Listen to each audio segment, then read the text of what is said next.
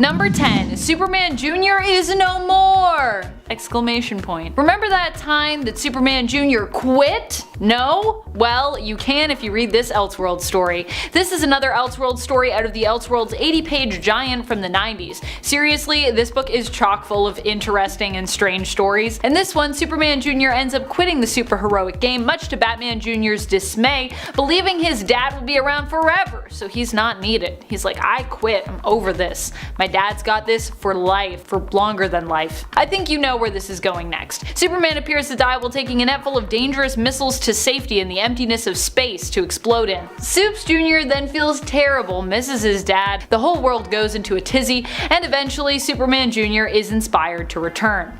I don't know if people use the word tizzy anymore, but I just did, so there you go. I'm making it a thing again. He helps Batman Jr. save some guys from an earthquake where they end up being trapped under tons of rock and snow. In the end, however, it's revealed that Superman faked his death in order to influence his son to return to his job as a hero, and everyone has a good laugh about it. Ha ha ha ha! Oh, faking your death is such good fun.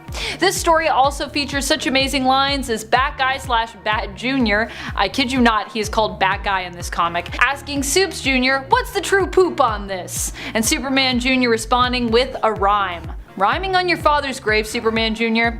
How distasteful. Number 9. DMT's Rockumentary, The Lex Records Story. How about a story where we get the history of how Lex became the head of the most successful record label ever, representing all kinds of superheroic musician talent, and how he ended up selling the label to Darkseid. That is another story which comes to us from the Elseworld 80-page giant, and it is a delight. I promise I'm gonna have other stories that are not from this comic, but just let me get these out of the way, my friends. They're just so good. What a strange story this is. One wherein Superman is part of a superheroic Beetle-like group with Barry Allen, Green Arrow, and Aquaman. Oh, and he's the John Lennon of the group who is tragically killed.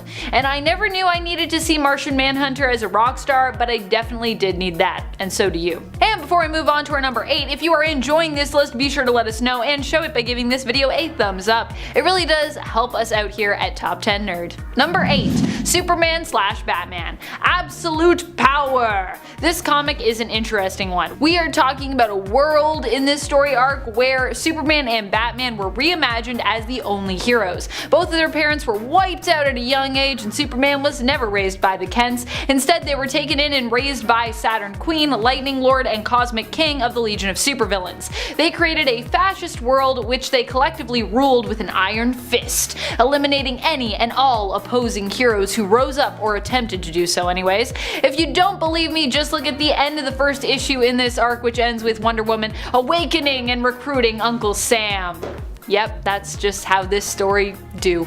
Number 7. Son of Superman. The 1999 Son of Superman tells a story where John Kent works alongside a group called the Supermen to discover the truth behind what really happened to his father, all as he's realizing just who his father really was, which his mom, Lois Lane, kept a secret, and as he's just realizing himself that he has superpowers. He doesn't even initially realize that Clark Kent and Superman were the same person, but initially instead suspects his mother was having an affair with the costumed hero Superman.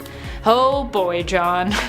In the end, they discovered that his father is still alive and had been kidnapped and held prisoner all these years by Lex Luthor with help from Martian Manhunter. Ooh, it does not look good on you, Martian Manhunter. It's not very nice.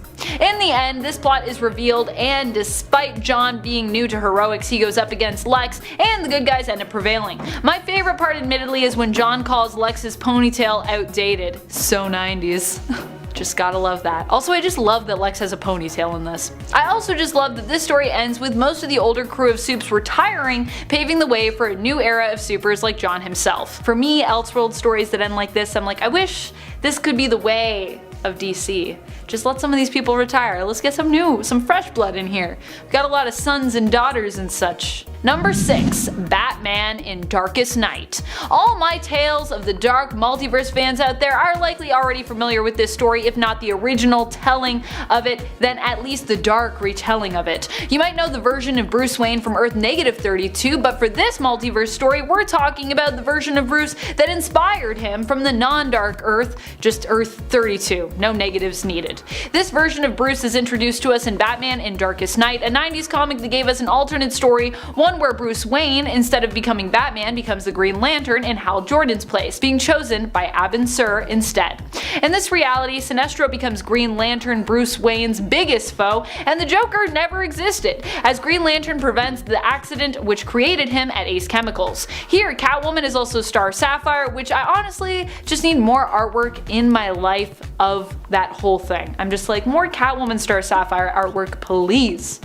Give it to me. Moving on to number 5, Thrill Killer. Thrill Killer was a one-shot 3-issue miniseries published in 1997 that took place on an alternate timeline of Earth. Earth 37, set in the early 60s. It sees Batgirl and Robin taking on a female Joker. Now Bruce Wayne works for the Gotham PD and Barbara Gordon has purchased the Wayne Manor, using it to fight crime with her assistant and lover Dick Grayson. The Joker is known as a gangster named Bianca Steeplechase, who eventually poisons Robin, masquerades as the mayor's wife, and ends up kidnapping and torturing Bruce Wayne. Needless to say, it is a dark period piece all set at the dawn of the sexual revolution and the beginnings of the Vietnam War, and there's a whole lot of death. And it finds Batgirl doing the one thing that Batman in the main continuity refuses to do. She kills the Joker. She drowns her in Gotham River. Coming in at number 4, The Dark Knight Returns. The Dark Knight Returns is arguably one of the most prolific comic miniseries in DC's history, and is largely responsible for a resurgence in darker, grim takes on the Caped Crusader that often prevails in our depictions of the superhero to this date. Set in a futuristic dystopian Gotham where technology runs rampant, a 55-year-old Bruce Wayne comes out of retirement as Batman to take on a new flood of crime in Gotham City. But he isn't met without opposition. The Gotham PD aren't big fans, nor are a new hyper-violent street gang called the Mutants. When the US government begins to see Batman's return as a major threat, Superman is deployed to take him on, culminating in one of the most memorable battles between the two iconic heroes. Penned by Frank Miller, it's a much more bleak take on the Caped Crusader, featuring him as a hardened, cynical vigilante still suffering from a traumatic past that haunts him every move he makes. Up next in our number 3 spot, Gotham by Gaslight. One of the most beloved Elseworlds stories to date, Gotham by Gaslight is set in the 19th century, following Bruce Wayne's beginnings as the Caped Crusader just as Jack the Ripper has shown up in Gotham City. You can see where this is going. Criminal activity is on the rise in Gotham, and Bruce finds himself framed by Jack the Ripper for a series of murders after a bloody knife is found in his bed. After escaping from prison, Bruce ends up discovering the identity of the famous serial killer, a man who had worked with his father Thomas Wayne and went insane after his mother Martha Wayne had rejected his advances, and thus murdered both of them. A sequel was produced as well, Batman Master of the Future, which took place in 1892, a handful of years after Gotham by Gaslight, but it failed to get the same rave reviews as its predecessor. Needless to say, there's murder and it's dark. In at number 2, Amazonia. From 1997, Wonder Woman Amazonia is a one-shot that takes place between 1888 and 1928 on Earth 19. When a mysterious explosion kills Queen Victoria and all of her immediate family members, a mysterious individual named Jack Planters claims to be a distant heir to the throne and becomes King Jack, a tyrant who actually murdered the royal family in order to come into power. It's implied that this is Jack the Ripper, who had also murdered 4 Whitechapel prostitutes for practice prior to knocking off the royals. So where does Wonder Woman fit into this narrative? Diana, while this is happening, is abducted off of Paradise Island by Steve Trevor, who, on this Earth, is rather wicked. He forces her to marry him, and by 1928 Diana has become a star in London theatre. But in response to the militaristic society King Jack has created, she organizes a resistance. Under his rule, the British Empire is incredibly misogynistic, has suspended all women's rights, and has declared an unjust war against France. So Diana steps up and ends up working with Jack's son, Prince Charles, to take the tyrant down. And last but not least, in our number 1 spot, Kingdom Come. Written by Alex Ross and Mark Waid in 1996, Kingdom Come is one of the most nerve-wracking alternate realities to exist within the DC multiverse. It is a deconstructionist tale that explores the toxic dynamic between traditional, out-of-touch superheroes and a new generation of vigilantes who are largely amoral and irresponsible, and not above committing murder and other heinous acts to stop criminals. Batman, of course, finds himself in the middle of these two groups, trying to de-escalate the tension in hopes of preventing a metahuman war. The Justice League has stepped down, and a new team of heroes led by a character named Magog have put the Earth in peril. During an attack on Parasite, thanks to their reckless planning, millions of Americans are irradiated and killed, and a large portion of the America's food population is wiped out entirely, putting the nation in precarious circumstances. And it only goes downhill from there, so definitely read that one, no spoilers. Kicking off the list at number 10, we have Batman Gotham by Gaslight. A Tale of the Batman, written by Brian Augustin and brought to life by Mike Mignola. Comes a tale from the Victorian era where Batman is hunting down Jack the Ripper. Your evening attire, sir. That was not the suit. I need Alfred. So it's 1889, and while these murders of women are happening all over the place, the general public whispers in the wind that it may be Batman who is committing these crimes. Okay, so we got historic serial murderers, we got old-timey gangs, Bruce gets framed, the candlelit mystery is afoot. I loved this one shot, honestly. It's really hard to put down as soon as you start. If you have time, at least watch the animated film because you owe it to yourself. A lot of candlelit. Which way did he go? It's good. It's right up your alley. You'll love it. And before we go on to number 9, guys, if you could go ahead and toss this video a thumbs up, or else we'll be using candles to light this place up, just like Gotham by Gaslight. And we can't have that. You guys are literally the best. Thank you for your support. Number 9, The Doom That Came to Gotham. So written by the lovely Mike Mignola and Hellboy creator Richard Pace, comes a tale taking place in 1928. All these old tales, I love it. So we have Bruce Wayne after he peaced out after the death of his parents. So now, 20 years later, he's returned, and he has to get pretty dark to take out the Lovecraftian horror known as the Lurker on the Threshold. This is a 3-issue miniseries, and it's a dark, weird, fast-paced adventure. I mean, we have demons that come into the plot, like demons, so you should know what you're getting into, especially if you're a fan of Mignola's other work, Gotham by Gaslight, which I mentioned 1 second ago. Number 8, Batman I Joker. This one is a trip. Okay, so we have the Bruce, and he was dumped into a vat of chemicals way back when, and now we see the Bat as the crazy antagonist, which already is super fun. Everybody's all like, all hail the Bruce, hail the God King of Gotham. And he's quite messed up. Yeah, he's like calling out other Gotham citizens, challenging them to kill his enemies before he gets to them himself. It's wild, it's like Mad Max, crazy. And if this isn't wacky enough for you, he wants everybody to challenge him. He wants them to earn the chance to become a god by defeating him in combat. That plus some resurrected villains, it really gets the Hunger Game vibes going. So if you're into some death sport like reading, this is an ideal one-shot. Bob Hall created a quite fun story here. I swear to God. Swear to me! And number 7, Batman Teenage Mutant Ninja Turtles. Knights in a Half Shell. Yes, just saying that out loud, I'm like, ooh, let's do it. This comic is so fun. It's written by James Tynion IV. Right off the bat, we see a pizza delivery guy as he drops off the za. And then of course there's a note that says, leave it on the street, and then we see turtle hands creep up out of the sewer. Yep, they come across the Batmobile, and then shortly after, they come across Batman himself. It's a pretty serious take as well. I mean, I know it looks fun because you're like, Ninja Turtles, Batman, sick. Which some fans didn't like how serious it was, but others rejoiced that they could dig their teeth into something after watching the Batman vs. Teenage Mutant Ninja Turtles animated movie. It's a pretty slow start, but once it gets cooking, it's a hell of a lot of fun. The Turtles were transported to Gotham, thanks to Krang, alongside their master, Splinter, and of course, archenemy, Shredder. They set up camp in the sewers, of course, but our own Killer Croc stumbles upon them, and then so begins this cat and mouse game with Batman and the Turtles. So Batman finds one of Raphael's side during a fight, and then Lucius Fox confirms it is from another universe. So the 6-issue series is a pretty short read, but Freddie Williams' art will keep you admiring the pages, taking it much longer than you think. Number 6, Justice Riders. Okay, this one was released back in 1997 by Chuck Dixon, and it's a wild tale of the Wild Wild West. Justice Riders is a one-shot that has the Justice League of America take on different roles. Like Wally West is an outlaw who's blamed for the death of Barry Allen. He's like a young guy too. And then Wonder Woman is the marshal. She's the old marshal in town. The 1873 story begins with Marshal Diana Prince's hometown, Paradise. More like parrot dust. Am I right, fellas? And it's destroyed by an alcoholic sorcerer named Felix Faust. So she wrangles up her super squad and hits the dirt, heading for El Inferno to get revenge.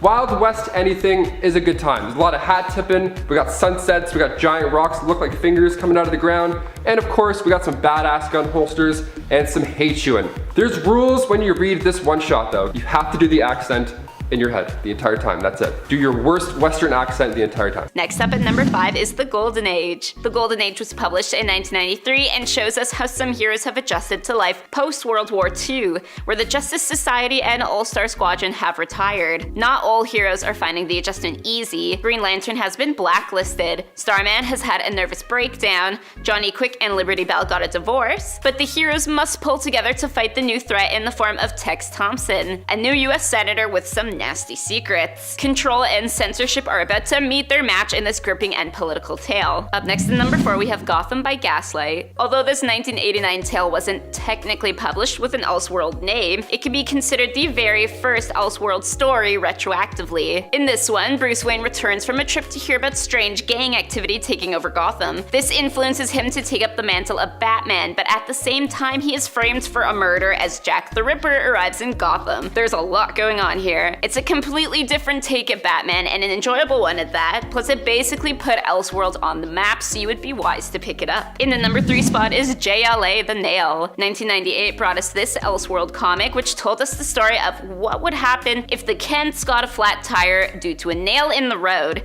hence missing the coming of Christ, I mean Superman. Well, it turns out this nail spells disaster for the Justice League down the line. The series was so unique and well received that it was nominated for an Eisner Award for Best Limited Series, so it is definitely worth a read. And if you can't stand Superman and love a good metahuman elimination tale, this is your book. Coming in at number 2 we have Kingdom Come. Kingdom Come came to our kingdom in 1996. Story here is that the old superheroes we know have hung up their capes, but eventually new heroes surface that blur the lines between hero and villain. Superman tries to contain these threatening heroes in a big prison and convert them, with consequences that only Batman can see. It really does make a point of how tenuous the walls between good and evil can be. Is Superman even a hero to lock all these people up? You get to be the judge. Finally, in the number 1 spot, we got Superman Red Sun. This 2003 story is one of the more recent on this list, but by far one of the best. It asks the question of what would happen if Superman had landed in the Ukraine and was used as a Soviet weapon instead of a symbol of American freedom. The political tale received critical acclaim and was also nominated for an Eisner Award. Even if you aren't into politics, the story is simple enough to understand and the plot is entertaining to all. Pick it up, give it a read, check out our Red Sun video.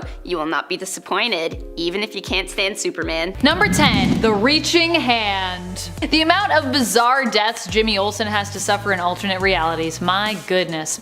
In this story featured in the Elseworlds 80-page giant from 1999, we see Bruce Wayne acting as a Lovecraftian detective aiming to unravel the mystery that is the alleged murder of Elongated Man. In reality, something far more dark and sinister has taken hold of the hero and is using him as its vessel to spread darkness throughout the city and take hold of other innocent souls. It reminds me a bit of the bizarre and campy 90s film Cast a Deadly Spell. Like most Lovecraft-inspired horror stories, this one ends with a foreboding cliffhanger.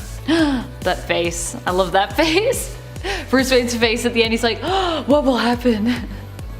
You're dead. You're gonna die. It's not gonna be good. Number 9, Teen Titans The Lost Annual. This strange story has a campy 60s feel to it. It was originally slated to be released in the early 2000s as an Elseworlds special for Teen Titans, but was later delayed. In the end, it was released in 2008, where it would be referred to in the title as a Lost Annual. But originally, it was intended to be an Elseworlds special, so I'm gonna count it. Here, the Teen Titans team up to try and save President John F. Kennedy, who has been kidnapped by space aliens and replaced by some kind of double. The whole adventure is pretty wacky, which honestly is what makes it so enjoyable. You know me, I love wacky adventures. Reminds me a bit of an original series Star Trek episode. And in case you haven't gathered by now, TOS is my favorite of the Star Treks, so yes.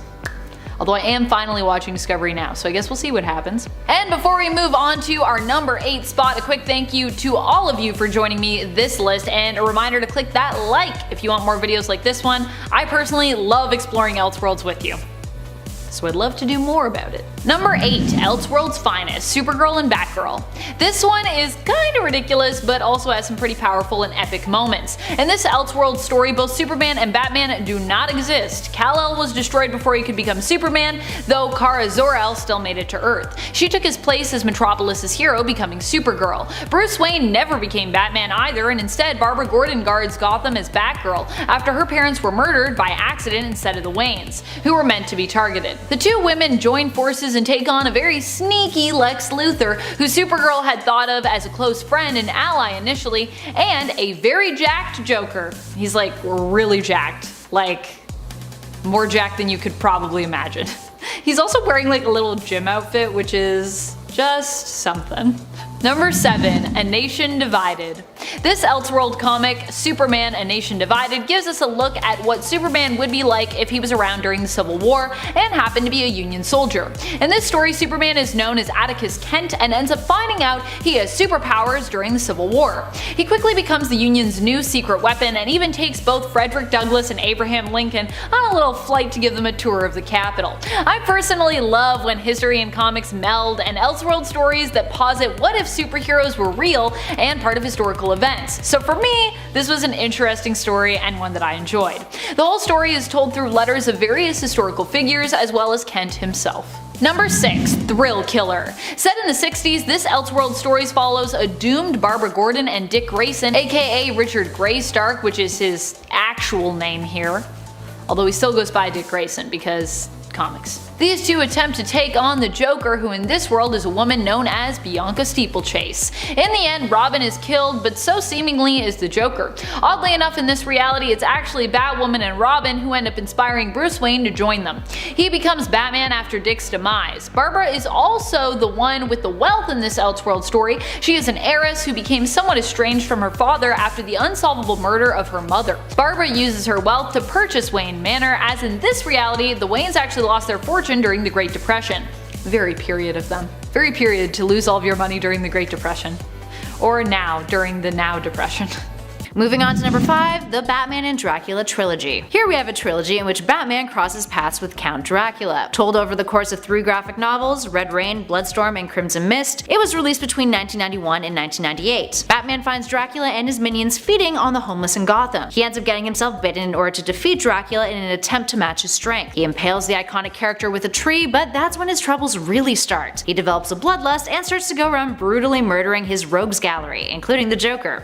Alfred and Commissioner Gordon are forced to stake him, but the stake is eventually removed by Alfred during a crime wave in Gotham, with Two-Face and Killer Croc being the only surviving villains, teaming up to try to get Batman once and for all. And at number 4, Superman Red Sun. What if Superman was raised in the Soviet Union? That's the question this Elseworlds comic aims to answer. Nominated for an Eisner Award and a recipient of a ton of other acclaim, this 3-issue limited series is set in an alternate reality in which Superman's rocket ship lands in the Ukraine, all thanks to his ship departing a little later than it did in the Prime timeline, with the Earth's rotation changing the location in which it landed. Superman becomes the Soviet Union's champion of the common worker, fighting a never-ending battle for Stalin and socialism. But because of this, he ends up becoming a bit of a tyrant. Lex Luthor, a scientist employed by Star Labs, is hired by the CIA to destroy Superman in the midst of the Cold War. He later becomes the president of the USA. Meanwhile, Batman is in this universe working as the Resistance leader against Superman. He is later killed but becomes a martyr, with a resistance group called the Batmen wearing copycats of his costume carrying on the cause. Moving on to number 3, Gotham by Gaslight. This one-shot released in 1989 is set in the 19th century, and follows Bruce Wayne's origin story of becoming Batman during the rise of Jack the Ripper's reign of terror in Gotham City. It's technically the first Elseworlds story, despite not being labeled as such, with it later being given the imprint. Now the story begins in 1889 with Bruce Wayne studying under Freud. After analyzing a reoccurring dream where he recalls his parents' murder, he decides to go back to Gotham City. When in Gotham, Inspector Gordon shows Bruce the case files behind a man who poisoned his wife and tried to commit suicide, leaving him with a permanent grin. Wonder who that's inspired by. Bruce takes up the Batman mantle, and just as he does, Jack the Ripper comes to the city,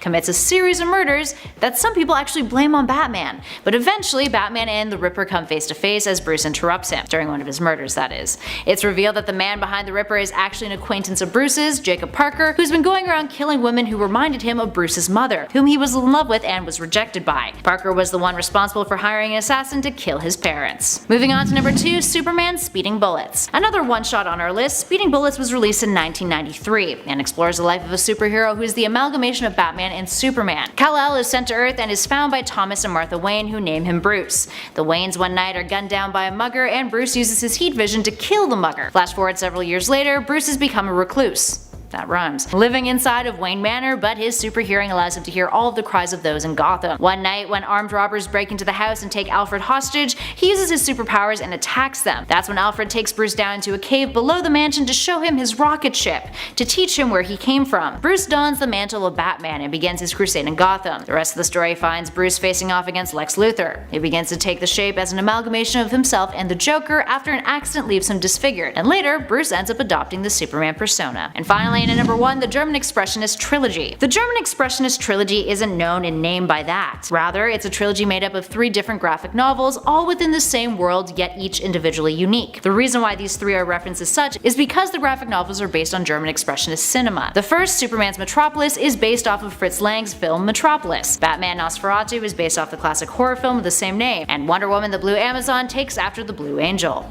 Metropolis takes place in the future, in the city of Metropolis, in which social inequality is a massive problem. An evil scientist named Luthor has the city wrapped around his finger, ends up seeking out the leader of the rising revolution, Lois Lane, and uses her to create a robotic duplicate that he names Futura. After learning about his alien origins, Clark ends up fighting Futura, rescues Lois, defeats Luthor, and he and Lois end up becoming the new enlightened rulers of the city. You kinda get the gist from that, with the films informing the plots of these stories, being adapted to fit into the origins of the 3 DC heroes that star within them. In at number 10, The Nail. As the title suggests, it's literally a nail that shatters the potential future for Superman, and if you're a fan of The Last Son of Krypton, then this Elseworlds story is a must-read. 24 years in the past, a flat tire caused by a nail in the truck of Jonathan and Martha Kent stopped them from ever discovering that Kryptonian spaceship with baby Clark inside. As such, the present-day team only consists of Batman, Wonder Woman, Aquaman, The Flash, Hawkwoman, The Atom, Martian Manhunter, and the Green Lantern. A lot goes down without Superman being there to carry most of the team. I mean, the Joker lets out prisoners in Arkham Asylum with these energy-generating gauntlets that he also used to trap Batman and kill both Robin and Batgirl.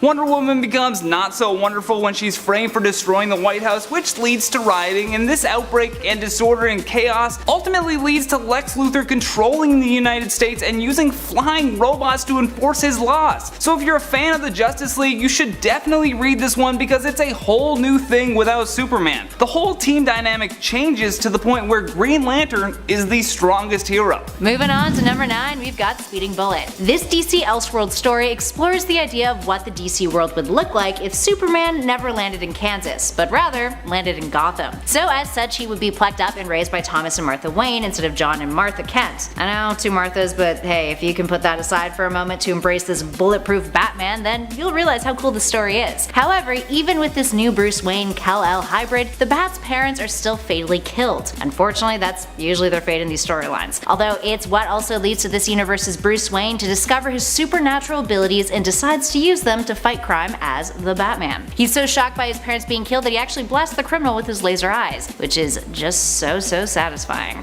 So if you've ever said to yourself, man, how cool would it be if Batman had superpowers? Well, you're in luck, my friend, because Speeding Bullets is all that and more. In at number 8, Red Rain. The story of Dracula has been used many times in the past by both Marvel and DC Comics, but Red Rain took things to a whole new level of creepy vampire stories. In this Batman Elseworlds tale, we see the Dark Knight defending Gotham from the Lord of the Vampires.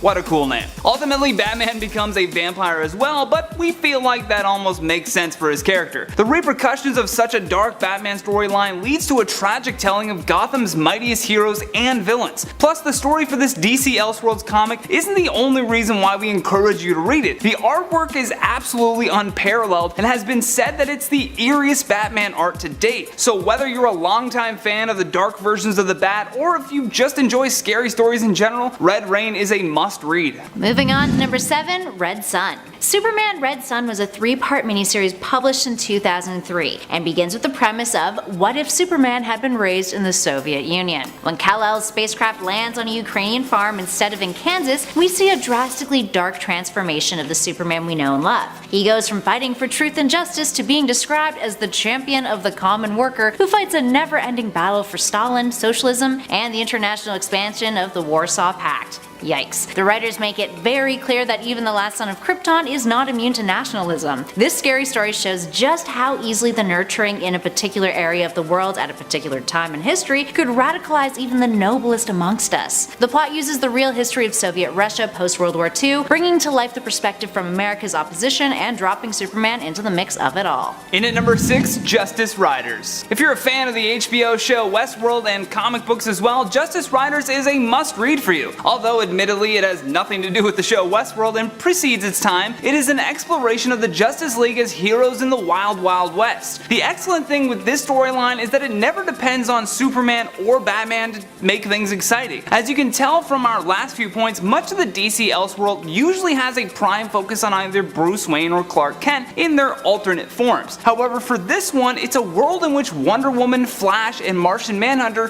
trade in their outfits for a more cowboy-style appearance. Never has Wonder Woman's lasso made more sense than in this storyline. It's truly a breath of fresh air if you're growing tired of all the Batman and Superman based stories. Coming in at number 5 is Gotham by Gaslight. Gotham by Gaslight, like most Elseworlds stories, is just super freaking cool. It's such an obvious, brilliant concept. You take Batman, the greatest detective ever, and you plop him in the Victorian era and have him take on one of the most compelling unsolved serial killer cases in history, Jack the Ripper. But then, they go and make it even cooler by having Jack move to this really awesome Victorian Gotham City, and they give Batman and the Ripper a personal connection. The story even sees Bruce accused of being the killer himself, which adds yet another layer on top of everything else. Also, we have to talk about the incredibly cool art style in the comic, which came from Mike Mignola, who created Hellboy, and it just works perfectly in this Victorian setting. It's actually just a big old treat to read. Gotham by Gaslight was one of DC's most successful Elseworlds stories, and it even got a 2018 animated adaptation, but it has a completely different ending. Both versions are really cool and really entertaining, so just pick one. Number 4, Superman Red Sun. Probably one of the most beloved Superman stories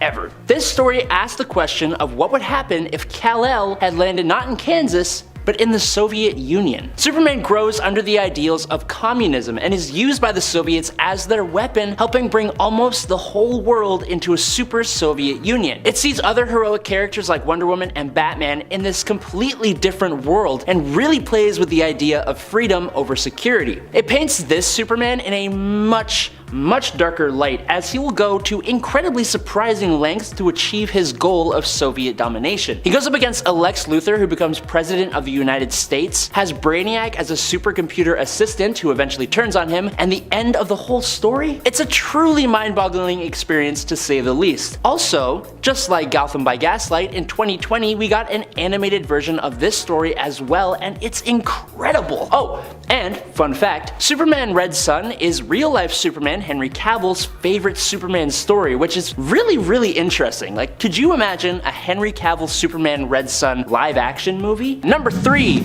Kingdom Come. While a lot of the great Elseworlds stories deal with versions of specific characters, others deal with the whole DC universe of heroes and villains, and Kingdom Come is probably one of the best of them. Here, the classic heroes who made up the Justice League, they've all basically retired. New heroes have sprung up in their place, but they don't hold a candle to those who came before. They barely even care about saving people and cause a massive accident that takes out almost all of the Midwest of America. Superman has been convinced that the world wanted him to step down. Batman keeps Gotham in control using massive, powerful robots. Green Lantern sits in an emerald fortress above the earth just watching. The Flash has basically become the Speed Force and keeps his city safe by basically being everywhere all at once, existing in the time between seconds. It's almost as if the Justice League had retired and then all the corrupt heroes from the boys took their place, and then the retired heroes come back to correct everything. There's a lot more to it than that, with some really cool stuff going on in all different kinds of places. Kingdom Come is like a love letter to DC Comics by DC Comics, and it has some of the most beautiful comic book art you've ever seen. Coming in at number 2 is The Dark Knight Returns. Technically speaking, Elseworlds stories simply have to take place outside the normal DC continuity for them to count as Elseworlds stories, or they have to have that little watermark thing on it.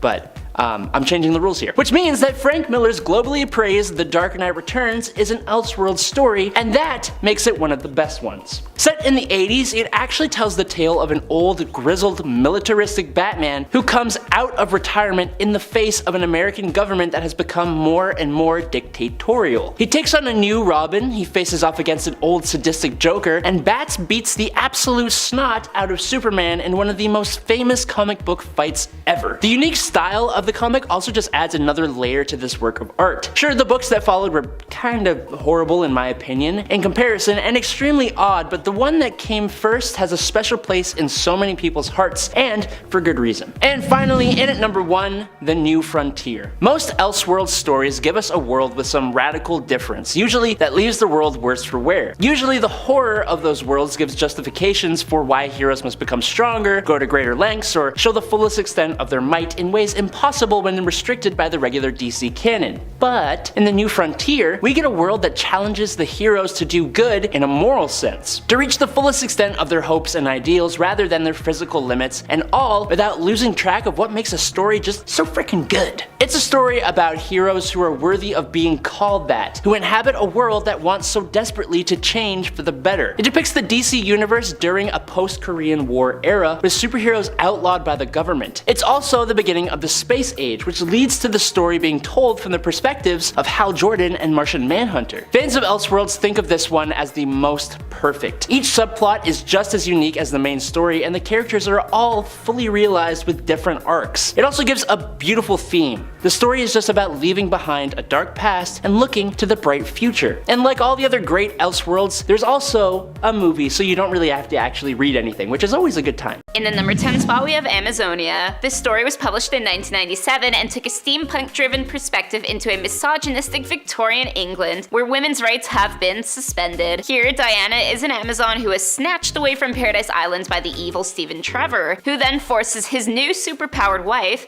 to reenact biblical stories in a London theater. She eventually is able to escape and decides to become a hero for the downtrodden women of England. This story is a win for the ladies everywhere. Coming in at number 9 is Green Lantern Ring of Evil. In this 1994 spin of the Green Lantern, Nazis have summoned and bound a demon to a powerful yellow ring. It is up to the Green Lantern Corps to be the resistance, rather than the intergalactic force that they so often are. And Hal Jordan and Guy Gardner are key players for the Nazis here, while it's up to Jon Stewart to drive the resistance forward. This is a great read for Green Lantern fans that also appreciate a bit of history, and the story is a lot more diverse than your typical Hitler bash. Next at number 8 we got Batman Thrill Killer. 1997's Thrill Killer follows Batgirl and Robin as they serve as Gotham's protectors in the transitional stage of the 60s after witnessing the murder of Dick Grayson's parents. They set out to exact revenge but have Detective Bruce Wayne hot on their trail to stop the reckless kids and figure out the mystery behind the murder, as well as take on a terrifying new Lady Joker. The artwork is exceedingly unique in this one. I mean, it certainly paints the Joker in a different light, to say the least. In the number 7 spot is Superman and Batman, World's Funnest, which, fun fact, is a real word. In this tale that was put out in 2000,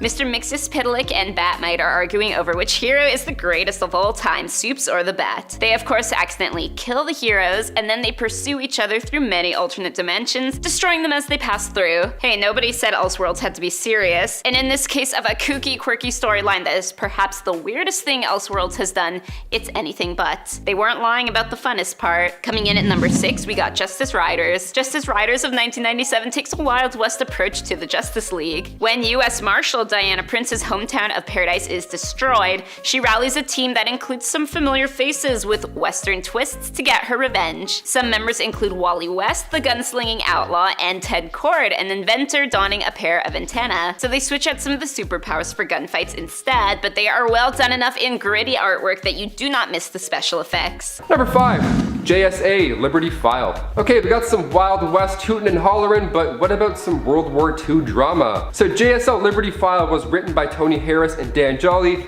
and sees the interception of a parcel in which the contents could change the outcome of the war. And then we got Owl, Clock, and Bat stepping in to save the day.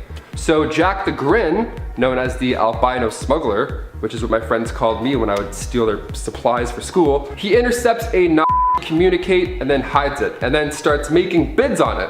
So this is a two-parter, and it's fairly short, but it doesn't waste any time at all. The stakes are high like right off the bat. So we have these schematics for a new German long-range bomber in the hands of the Joker, right? It's dark, we got some mysterious men in bowler hats, and they're doing their mysterious men in bowler hat things, smoking and whispering in dark shadows. You already know what you're in for, it's a great time. Number 4, Batman Gotham Noir. Coming from the minds of Ed Brubaker and drawn to life by Sean Phillips comes a pulp comic thriller. A notable difference here opposed to our usual Gotham tale is that it centers around Jim Gordon this time. And he doesn't have the best luck, and he's heavy into the booze. He's a private investigator who gets framed for murder as well. So those are the 3 things you just want in life right there. Fans are actually super excited to see these themes come spiraling down to this perfect crime story. It's dark, it's gritty, and most of all, it's realistic. They made Gotham quite interesting here as well because they didn't shoot necessarily for a superhero theme, right? So Jim Gordon finds himself sharing his life story with the only person that'll listen, not God, the Bat. So now Batman already is a noir character, so I'm glad they put the focus more on Gordon here. It felt fresh. You kind of expect it to go one way, but it doesn't, and that's the best part. Number 3, Superman speeding bullets. From J.M. DeMatteis and Eduardo Barreto comes the ultimate question of what would have happened if Superman was discovered by the Waynes of Gotham instead of the Kansas Kents. So right off the hop, we see the usual scenario playing out. We got the alleyway, we got the mugger with the gun, and then when it comes down to the mugger shooting Bruce as well, because he cried and he just hates when kids cry, the bullets don't penetrate his skin. And his wet eyes look up at the mugger, and then those wet eyes turn bright red. Yeah, he zapped the shit out of him. Laser eyes for the win. So this Batman is now angry. It cuts to him being older, and he remembers that he could have saved his parents, and it eats him alive. That plus these Superman abilities that he now has, it makes for a very, very entertaining ride. Number 2, Flashpoint. Okay, so one of the biggest upcoming DC movies, and for good reason, the storyline where the Flash tries to go back in time to save his mother from her tragic death, which is not a bad idea at all. This story was released in 2011, written by Jeff Johns and Andy Kubert, and it starts with Barry waking up with no Flash powers. In fact, the Flash doesn't even exist. In fact, everything has changed. His mother Nora was still alive. Sick. And his father Henry died 3 years prior. Oh. Yeah, so in his own timeline, his dad's actually alive and in jail, but we know this, right? There's no Justice League, and Superman isn't even in the picture. The best part and one plot point that we're most looking forward to in the movie is that Batman in this universe is actually Thomas Wayne, Bruce Wayne's father. So Bruce ended up dying that night, causing his mother Martha to go insane, and then she becomes a Joker. That's why during the opening credits of Batman vs Superman, we were all hyped because we saw Jeffrey Dean Morgan and Lauren Cohen, 2 huge actors in such a small opening scene with 0 dialogue. So everyone's like, huh, that must have been an expensive day to shoot. Yeah, it was. They had bigger plans for them down the future, and now with recent news of Michael Keaton set to return in the Flashpoint movie, Jeffrey Dean Morgan took to the internet and said, Michael Keaton swooped in and took my gig. Now, I think that's super cool. Ever since Zack Snyder walked away, my whole kind of bit in that world has walked away with him. However, there's always a chat going on. There's always a chat. May I peek into this chat, sir? Because we'd love to see that. We've been kind of begging for it. I don't know. It'll be good either way. We'll see. We shall see. I mean, we'll see it June 2nd, 2022. For now, if it's not delayed even more. And finally, number 1, Justice League The Nail. If you own a car, first of all, congrats. Secondly, you must know the pain of getting a flat tire. It's always at the worst times too, right? Well, imagine if a flat tire was the sole reason Lil Kal-El was never found. Yeah, coming from the mind of Alan Davis, we see this unfold and lead the world into a much, much different way of living without Superman, without hope. So now Lex Luthor doesn't have anybody to go toe-to-toe with, so that led to him becoming the beloved mayor of Metropolis. The Justice League are to be feared as well. The world has a lot of hatred towards metahumans and aliens. It's great how the Silver Age heroes also kept their costumes in this as well, because they're a lot of fun in this Elseworlds story. We see Alan Davis revisit big players like the Outsiders and Batman, which he drew in the 80s. So I definitely recommend adding it to the list, and that's why I put it on number 1 of our list. And at number 10, Batman Holy Terror. A one-shot published in 1991, Batman Holy Terror was the first graphic novel to ever bear the Elseworlds logo. It takes place in an alternate timeline where the US is a Commonwealth nation ruled by a corrupt theocratic government. In it, Bruce Wayne, 22 years after the death of his parents, plans on joining the clergy, until James Gordon informs him of the truth behind his parents' death. It wasn't a random mugging, but rather a state-planned execution. It's revealed that the government brainwashes and tortures people, especially those who are anti-government radicals. Thomas Wayne was one of those radicals, a physician who attempted to treat those who had undergone experiments, aversion therapy, had been impregnated due to experiments, you name it. Bruce decides to start a crusade, hunting down the people responsible for his parents' assassinations. He becomes a priest, dons a costume that his father once wore in a play, and ends up discovering that the highest court of government, the Star Chamber, are the ones to blame. They have testing facilities in which characters like Barry Allen are forced into experiments that tamper with splicing their genes. He also stumbles upon the corpse of Superman, known as Project Green Man, an alien child that was found in Kansas who was raised and studied by the state. The older he got, the more difficult it was for the government to control him, so they killed him using an irradiated rock found in his spaceship. All in all, it's a pretty dark graphic novel. And at number 9, Superman the Feral Man of Steel. The Feral Man of Steel is an Elseworlds one-shot published in 1994 that puts Kal-El in the 19th century, having him raised by wolves. So yeah, you probably guessed it, it's a story that is loosely based on the Mowgli series, with aspects of Tarzan peppered in. Superman's ship crashes into a jungle in India, and the baby Kal-El is saved by a pack of Indian wolves from a Bengal tiger. As the boy grows, he develops powers along with a new power that allows him to communicate with animals. Lois Lane is later brought into the narrative, falling in love with him, and Lex Luthor also makes an appearance as a power-hungry explorer in search of fame and riches. He's got mutton chops and a full head of hair too, which is pretty great. He ends up taking Kal-El to England and attempts to force the Feral Man of Steel to assassinate Queen Victoria, using a kryptonite jewel to attempt to manipulate him. And at number 8, JLA the Nail. JLA the Nail is seen as one of the best Elseworlds series to date. Published in 1998, its story surrounded a parallel universe in which the Kent's truck hits a nail in the road, giving them a flat tire and ultimately starting a domino effect in which they aren't the ones to discover Kal-El. Superman is non-existent in this world, and flash forward to the future, the Justice League still does exist, but sans the Man of Steel. But because of the lack of his presence, there's a whole lot of other difficult factors in play for our remaining heroes. Perry White and Metropolis Mayor Lex Luthor conduct an anti-metahuman propaganda campaign. Hawkman dies after a battle with a Mazo. Green Arrow becomes a paraplegic with a bitter taste towards the JLA. Metahumans begin to get captured and eliminated one by one, starting with villains but eventually moving on to the Doom Patrol and the Outsiders. The Joker liberates Arkham Asylum, kills Robin and Batgirl, and then traps Batman. Catwoman manages to save him, but in the process, the Joker commits suicide, which looks like a murder, ultimately tarnishing the JLA's reputation. Things only accelerate from there, so you should definitely check out The Nail. Moving on to another famous Elseworlds title, in at 7, Kingdom Come. Created by Mark Waid and Alex Ross, this 1996 4-issue miniseries is a deconstructionist tale set in an alternate future in which the world of superheroes has been divided into two types: visibly out-of-touch heroes and a growing population of reckless, irresponsible, and amoral vigilantes, many of which are the offspring of the traditional superheroes. Batman is stuck in the middle, desperately trying to damage control the escalating situation. It's a story that has been considered Ross's grand opus about the characters of DC and has been compared to the likes of Watchmen and Alan Moore's Twilight of the Superheroes, the writer's infamous lost work. The traditional superheroes of the Justice League end up abandoning their positions and duties when a new superhero by the name of Magog rises up, who kills the Joker while the villain is on his way to a trial for the mass murders of the staff at the Daily Planet. After Magog ends up accidentally killing millions in the American Midwest and destroying a huge amount of the country's food produce resources, Wonder Woman convinces Superman to return to Metropolis and reform the JLA. Of course, Batman has some beef with his best pal, resenting him for walking away 10 years ago and letting the world become what it has. And he insists his old methods won't work with this new generation of heroes. And that's just the first chunk of the story. It gets more intense from there. And at number 6, Wonder Woman Amazonia. From 1997, this one-shot takes place between the years of 1888 and 1928, in a steampunk alternate reality after a mysterious explosion killed Queen Victoria and her entire immediate family. An American man called Jack Planters appears with a claim to be a distant relative and is crowned king. Turns out he is responsible for the death of the royal family, and under his rule the British Empire becomes more militaristic, declaring war on France. And it's super misogynistic, suspending all the rights of women within this newly established and harsh patriarchy. So now is where Wonder Woman comes in. Steve Trevor, a villain in this reality, comes to Paradise Island and kidnaps Diana, forcing her to marry him. She ends up becoming a theater star in London, but eventually takes on the Wonder Woman persona, organizing a resistance against King Jack. Number 5, Red Rain.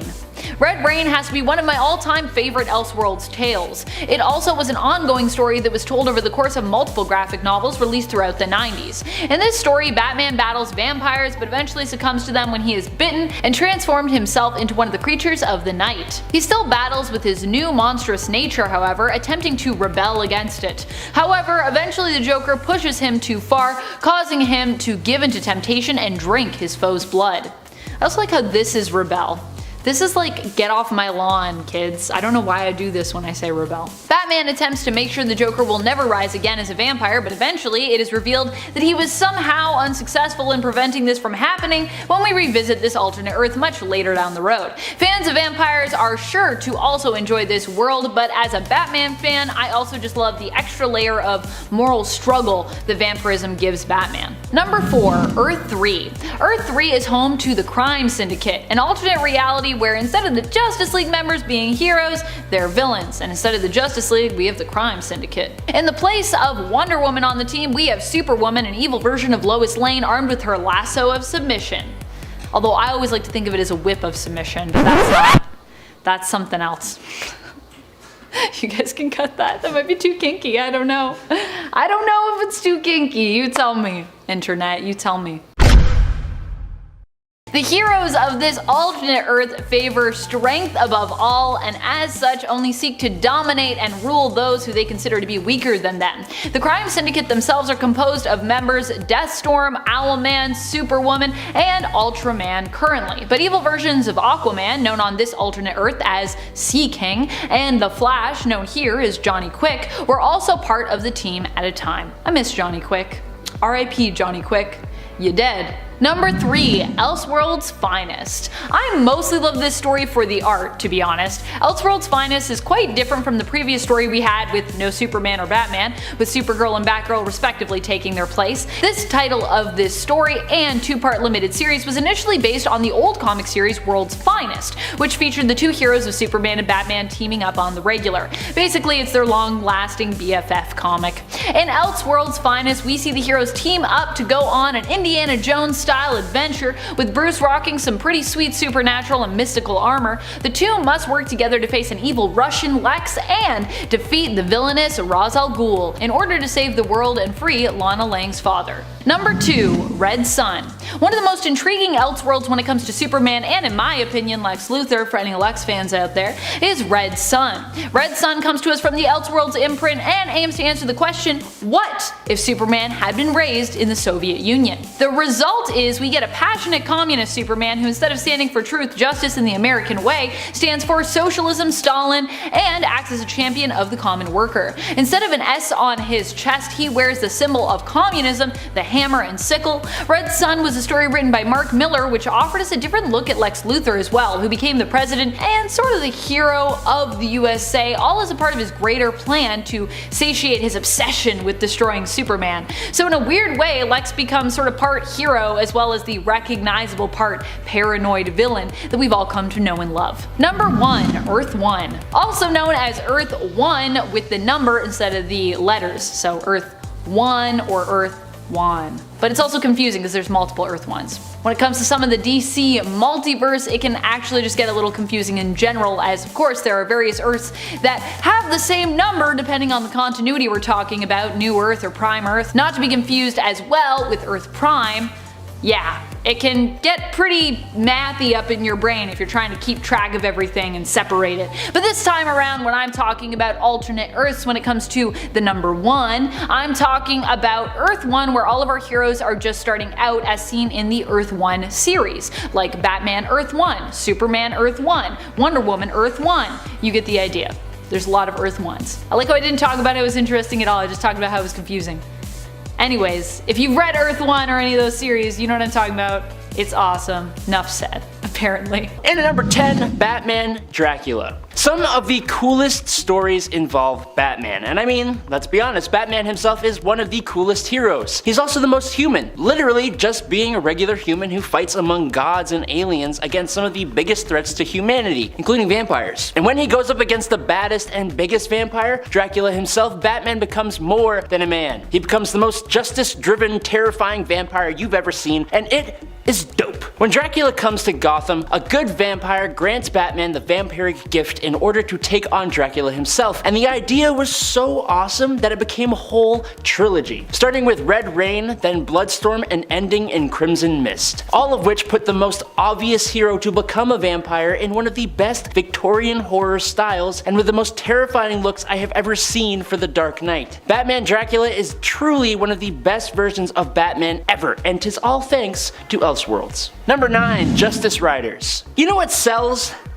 Cowboys, baby. Taking your characters and plopping them in a western setting is always a guaranteed money-making tactic. Sure, it's been done a million times, but in 1997 DC released Justice Riders, or in other words, a western Justice League composed of hootin' and hollerin' versions of Wonder Woman, Hawkman, Kid Flash, Martian Manhunter, Booster Gold, and Blue Beetle, which is just the weirdest arrangement for a Justice League ever, but it's so cool. It's just wild. Obviously, to make the setting work, all the abilities of these heroes are turned way down, but in place of that, we got a quick drawing Martian Manhunter in a poncho and a big old hat, and Blue Beetle as a wacky scientist. It's super cool. With all the style you might expect, the story is just as wild as the Wild West it takes place in. It follows Sheriff Diana Prince as she puts together this team of heroes to take on Maxwell Lord, who left her town as a smoking stack of ruins. It's just a fun time and absolutely deserves a read from you. Number 8. Green Lantern Earth 1. This Green Lantern focused story is one that I actually really like. It brushes over a lot of things very easily, but it made me care about the Green Lanterns, and that's something I didn't think was gonna happen. I don't really care about them normally, but in this one I do. It almost feels like a dark sci-fi take on Hal Jordan and the Green Lanterns. Essentially, in this story, Hal Jordan is on the moon with a crew of workers who mine for metal when he comes across a crashed alien ship containing the Green Lantern ring, a Green Lantern battery, the corpse of Abin Sur, and a robot called a Manhunter. Hal claimed the ring, just taking it off the alien corpse, and used it to fight the Manhunter that sprung on him. What had happened is that the Manhunter robots were created by the Guardians of the Universe to take out the Green Lanterns as the Lanterns had grown uncontrollable, and they were pretty successful, but also grew out of control, putting the galaxy in peril and leaving the Green Lantern core broken and spread extremely thin. Hal meets up with an equally inexperienced Kilowag, and they go across the universe trying to rally together any Green Lanterns they can. The best way I saw it described was as if Christopher Nolan and Ridley Scott teamed up and made a Green Lantern story. It feels like that, and it's just such a cool and fresh story. You should definitely check it out. Hey you nerds! I hope you're enjoying this video, but if you are, make sure you hit the like button so that we know that this is what you want to see and we can make more of it. Cool? Okay, cool. Moving on. Number 7. Justice League The Nail. This one is rather odd. It's kind of a Superman story, but without Superman. The premise is that the day that Kal-El crashed on Earth, the Kents drove over a nail and it gave them a flat tire, resulting in Superman just never becoming a thing. And it's all based off a little poem. The poem goes like this: For want of a nail, the shoe was lost. For want of a shoe, the horse was lost. For want of a horse, the rider was lost. For want of a rider, the message was lost. For want of a message, the battle was lost. And for want of a battle, the kingdom was lost. And all for the want of a nail.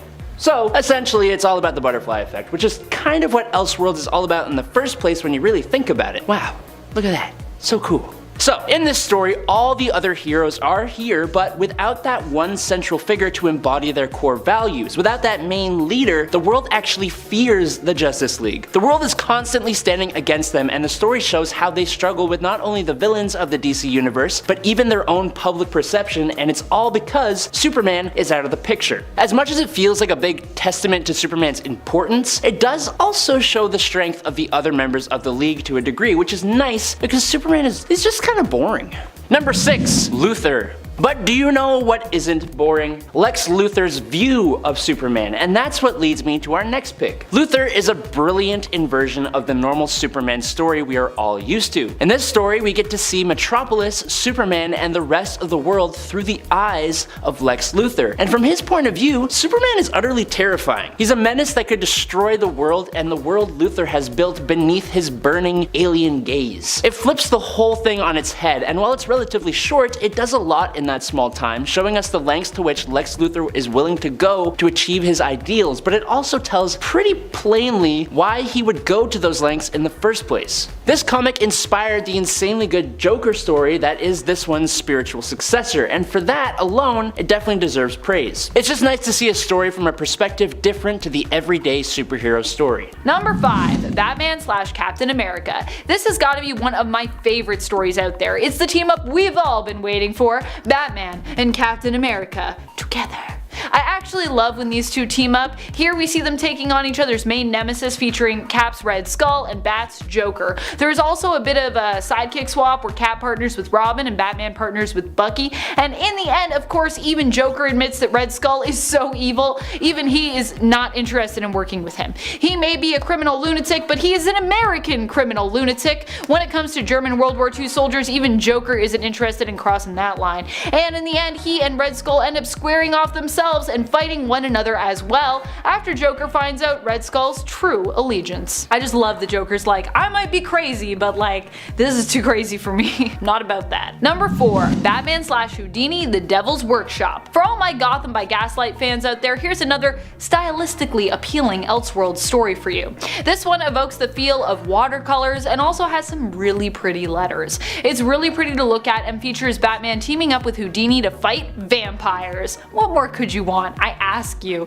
It also gives us a cool alternate Joker with Mad Jack Schadenfreude. The art is truly so good here, I must share with you the names responsible. Howard Chaykin and John Francis Moore are the writers, with art by Mark Chiarello and letters by Ken Bruzenak. Just a stunning read. You gotta check it out. Number 3, DC The New Frontier. Not only is this a beautiful world to get lost in, it is super stylized by the late and great Darwin Cook, who passed away in 2016. This Elseworld story paints our heroes as outlaws operating in the post-Korean War time period, where space is truly the new frontier. And being that it is, the story here is primarily led by protagonists and heroes Martian Manhunter and Hal Jordan. Also, I just gotta say, I love when Martian Manhunter gets to be like the main protagonist in a story. I feel like we don't hear enough from him usually.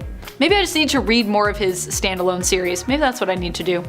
The art style is simple and classic, and I also just really love the explosive use of color as well. It's a visually compelling series that I highly recommend checking out. Number 2, Earth 2. Earth 2 is home to many awesome heroes like Val-Zod, Superman, Power Girl, and Helena Wayne's Huntress. It is home to the superhero team known as the Wonders of the World, and while some of the original team is gone, we are introduced to new team members who take their place. And hey, we still got the golden oldie Alan Scott. I personally am just a big fan of both Power Girl and Helena Wayne and their team ups together, so Earth 2 for me, when it comes to alternate realities and worlds and their stories, has got to be one of my favorites personally. Number 1, Kingdom Come. Kingdom Come has to be one of the most beautiful Elseworld stories that takes us to an alternate future where there is a great divide and sort of war in the superhero community, following Superman's choice to retire. He does end up returning to the world of heroics at the behest of Diana, aka Wonder Woman. Kingdom Come was a story originally written by Mark Waid in response to a rise of anti-heroes in the comic world. And in the story, this is exactly what you see some of the classic heroes like Superman, Wonder Woman, and Alan Scott go up against. These new heroes whose ideologies are much more harsh and violent by comparison. Much more edgy. The artwork, of course, is done by one of the most amazing artists to this day in the biz, Alex Ross, and is all hand painted.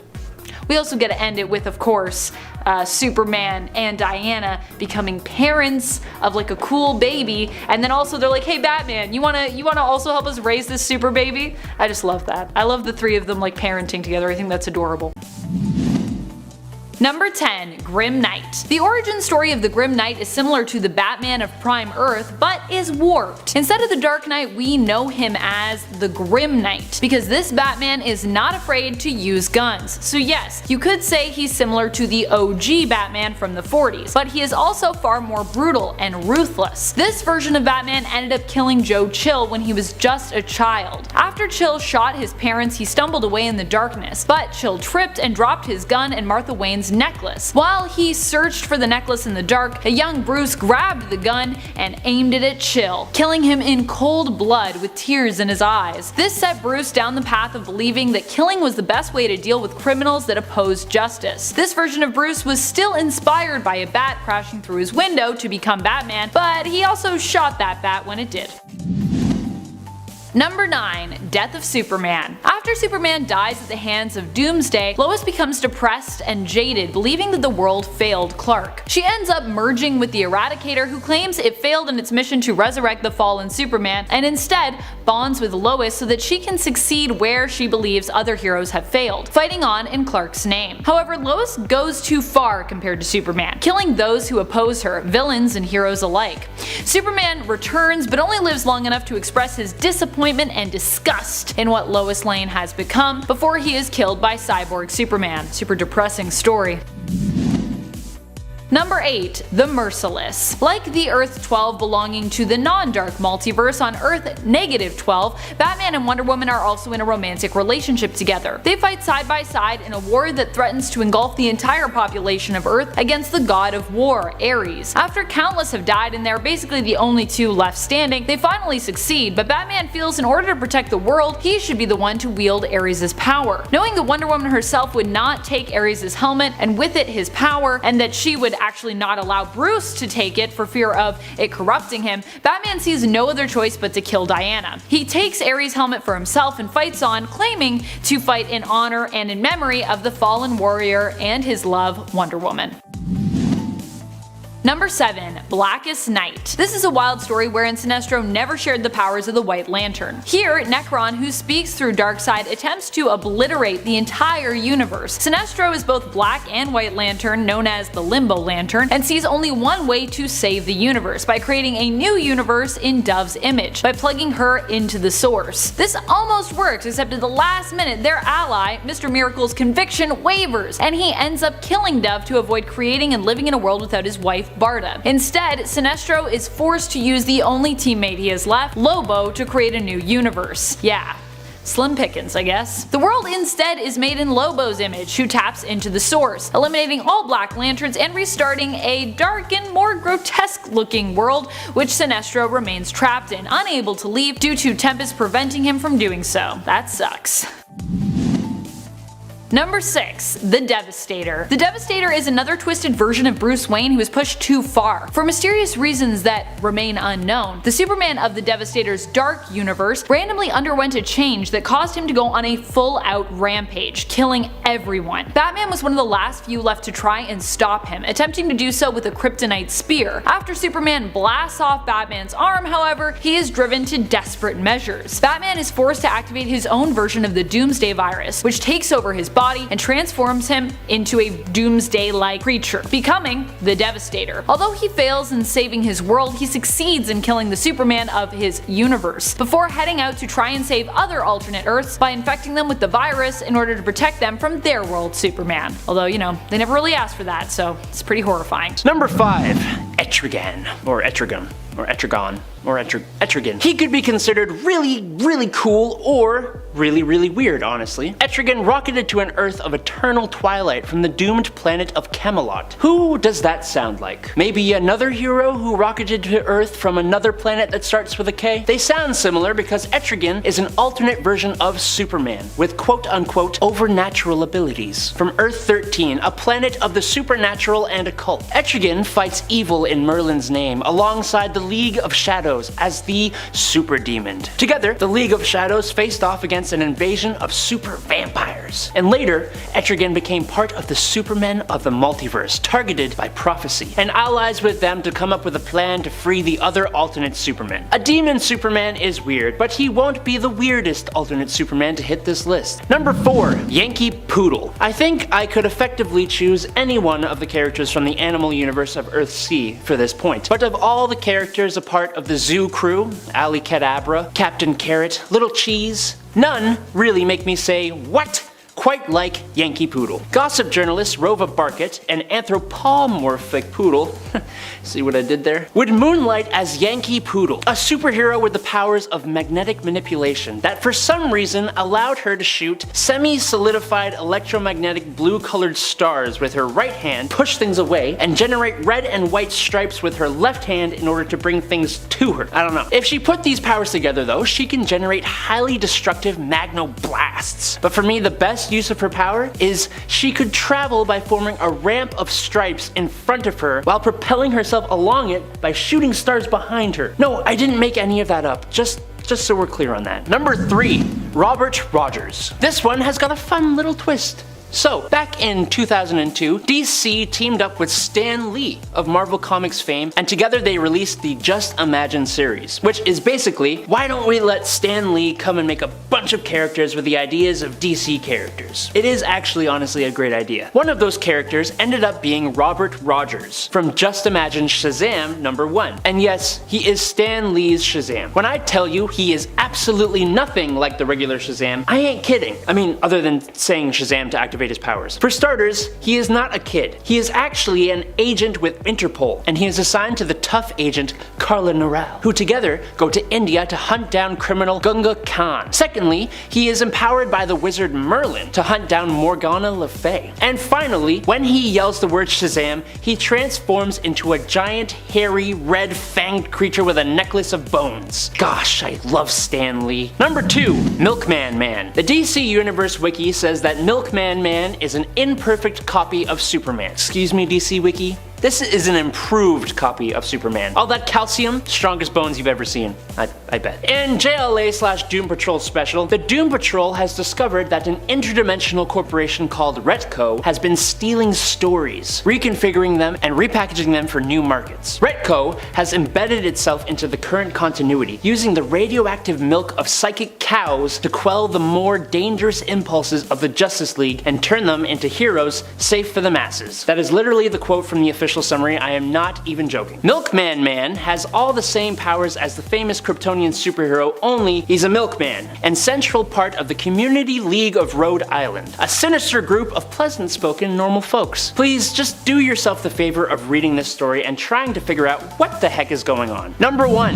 KFC. Okay, it's weird enough that we have Colonel Sanders in the mainline continuity, but after his adversary Colonel Sanders takes the memory of all but the second of KFC's 11 herbs and spices from Sanders' brain, he is visited by Colonel Arla Sanders of Earth 11, who relays some information. 1. Apparently, every Colonel Sanders variant in the multiverse is close with the Flash of that universe, which is weird. Number 2, she remembers a different herb and or spice from the recipe, meaning every alternate Colonel will remember a different herb or spice, which is weirder. And number 3, with the help of her Flash and her cosmic treadmill, they're going across the multiverse to form the multiversal team of Colonel Sanders, which is the weirdest part. There's Colonel Gaslight, Colonel from Kingdom Come, the future Colonel Ladd, Bizarro Colonel, Teen Titans Colonel, Comrade Sanders, and a Wild West Sanders. But my absolute favorite, and one that should make absolutely no sense, and if you really think about it, is kind of sick and twisted, is the anthropomorphic Chicken Sanders from the post-apocalyptic Earth 51, whose second line is literally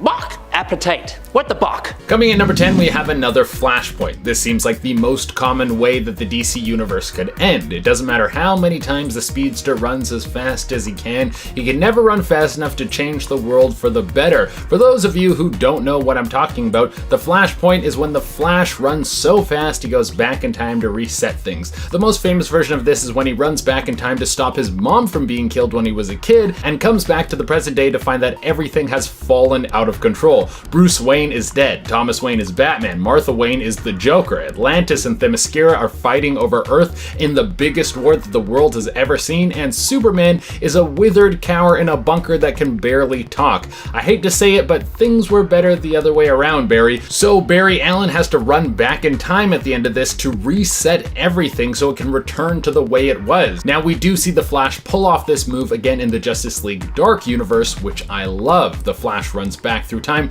to reset the world after the League just defeated Darkseid. Because even though the heroes defeated the big baddie, half of them are dead and the other half are either insane, traumatized, or 50% robot. So will we see a flashpoint where things go very wrong and time itself is ripped apart and everything ceases to exist? Maybe. Coming at number 9, we have Superman Goes Loco. This has been the backbone of a lot of comics. Superman is so powerful that his presence can basically be the backbone of how an entire series will play out. If he's there, the day is saved. If he's not, everyone dies. We have seen this so many times in the DC universe that I am honestly impressed by how the writers are able to find new and interesting ways to keep using Superman's unbeatable powers. But what would happen if the boy in blue lost his mind? I'm not talking about like going crazy like he does in the Injustice games, where you can kind of see his point of view, but he's still really ruthless. I'm talking about he just wants to murder. If Superman went truly insane, like homicidal rage insane, then we could see him just fly from planet to planet and start blowing them up, and who's going to stop him? It would take a very powerful team of magic users and a back catalog of kryptonite to take him out. Actually, that's a comic I would really like to read. A super magic team put together to kill an insane Superman that's flying through the space trying to kill everything? Someone get DC Comics on the phone. We got a winner. Coming at number 8, we have Just Too Old. Some of you watching are going to be huge fans of the DC animated universe, and why wouldn't you be? It's absolutely amazing. You might remember the episode where the whole league gets turned into kids, a trope that we have seen in comics again and again, along with other media. In this episode, the powerful magic user Mordred blasts out a spell that sends any adult to another world so he can be the ruler of Earth with all the other kids that he wants to be around. This means that the League is trapped in an alternate dimension with everyone that's over the age of 13. This is why the League gets turned into children, so they can come back to Earth and then fight Mordred. But if the League lost that fight, that would have been the end of the universe, as eventually everyone except for Mordred, who has been blessed with eternal youth, would have aged out and been banished away. Next on the list, we have Poison Ivy has had enough. It's no secret that Poison Ivy doesn't really have a soft spot for anything living and breathing unless it's green and has petals. She's a wook in the truest sense of the word. To her, every nature lover is just a poser. So if she got the chance, she would probably erase all non-plant life on the planet so everything could be green. What would this mean for people? Well, everyone would probably be turned into plant people, similar to her, or they would just be killed. I don't know how bad she wants company. There's a story arc called Queen Ivy, where she becomes fed up with humanity once again and decides that she is going to rebrand herself as Queen Ivy, and she sends her roots into the foundation of Gotham to tear it down. With a lot of the DC heroes not seeing Ivy as a threat currently, as she has been going through a anti-hero phase, she might be able to pull a fast one on all the soups and get the Flora Paradise that she has always wanted. Next on the list, we have the Crime Syndicate returns. The Crime Syndicate has been used again and again in the DC universe, and I truly love them. I know that this is an old trope not only in comics but pretty much everywhere. I mean, we can fly back in time to evil Spock, who was repping that goatee. I think that's when the goatee became a symbol of villainy. But even though this trope is tired and old, having heroes face off against their evil counterparts is so fun, because you usually get to see how heroes would beat each other if they ever fought, and if they didn't have to hold back. And the Crime Syndicate comes with some cool variations to the Justice League,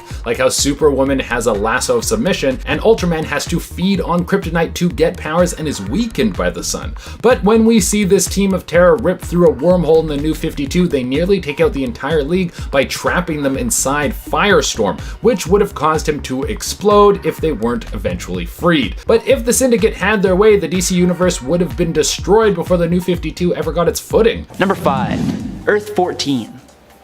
Alright, this is gonna be a pretty quick one.